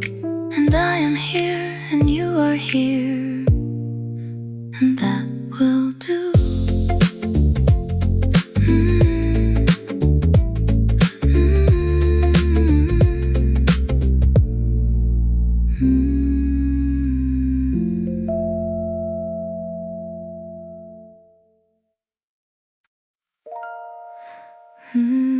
A pale light filters through, yellow thin and soft and slow. The day has not yet asked for anything, and I am glad to let it go. The curtain lifts on a breath of air, lemon light across the floor. I haven't checked the time yet, haven't thought of what's in store. My coffee sits beside me cooling. I don't mind, I let it be. The room is full of quiet yellow, and that's more than enough for me. Oh, lemon curtain morning, wash me soft and slow. I don't need a reason, just this gentle glow. Let the hours linger, let the light stay low. Lemon curtain morning, nowhere left to go. A cat asleep on the wooden chair, unbothered by the world outside. The street hums low like a distant thought, a sound that's easy to set aside. I trace the shadows on the wall. They shift like something breathing here. The yellow fades into the white, and everything feels soft and clear. Oh, lemon curtain morning, wash me soft and slow. I don't need a reason, just this gentle glow. Let the hours linger, let the light stay low. Lemon curtain morning, nowhere left to go. I pour a outside, a bicycle rolls past, the rhythm quiet and complete. These moments cost me nothing, just the willingness to stay, to sit inside the lemon light before it slowly fades away. Maybe peace is just this, a curtain and a cup, a light that asks no questions, a morning opening up. No grand design, no hurry, just air and warmth and gold, the simplest kind of treasure that can never quite be told. A lemon curtain morning, wash me soft and slow. I don't need a reason, just this gentle glow. Let the hours linger, let the light stay low. Lemon curtain morning, nowhere left to go. Lemon light across the floor, a curtain lifting, nothing more. And I am here, and I am whole.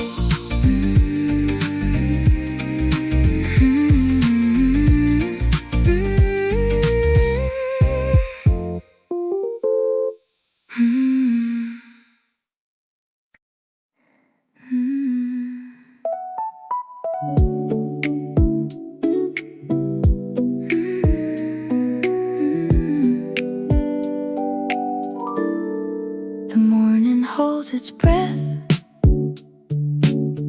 a quiet world before the rush begins. I wrap my hands around the warmth and let the stillness settle in. Steam curls up like a whispered thought against the pale and lavender light.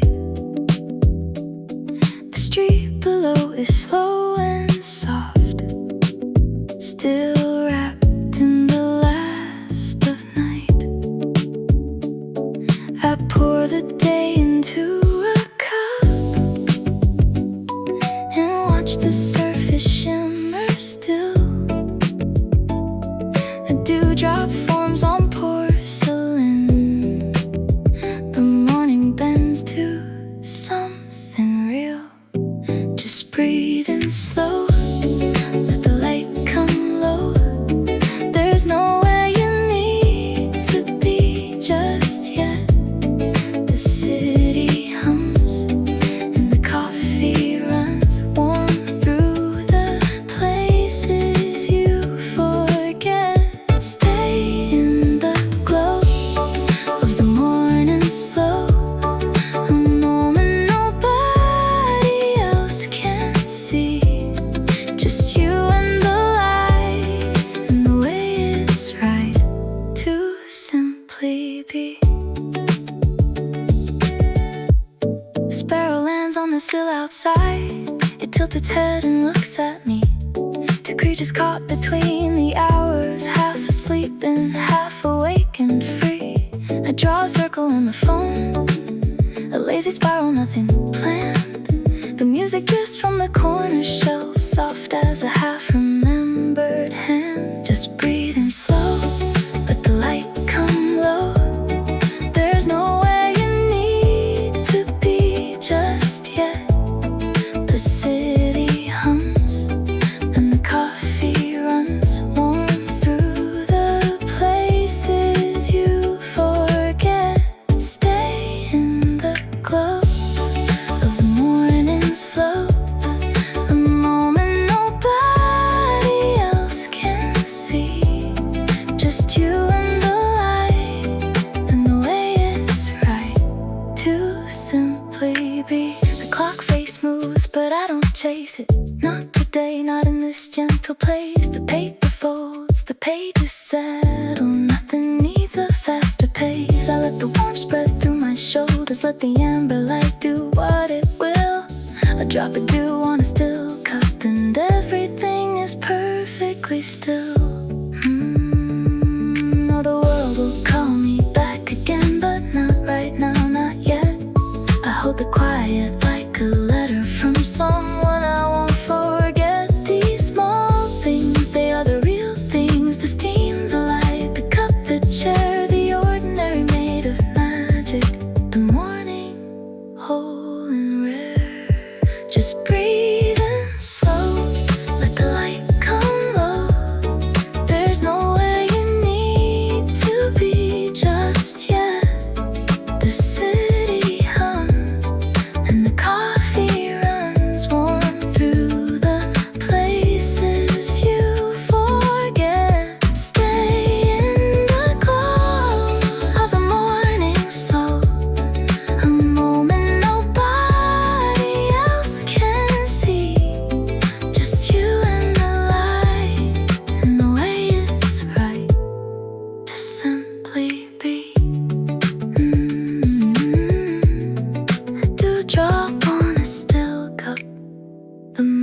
morning holds us close, just you and the quiet, and everything you love the most.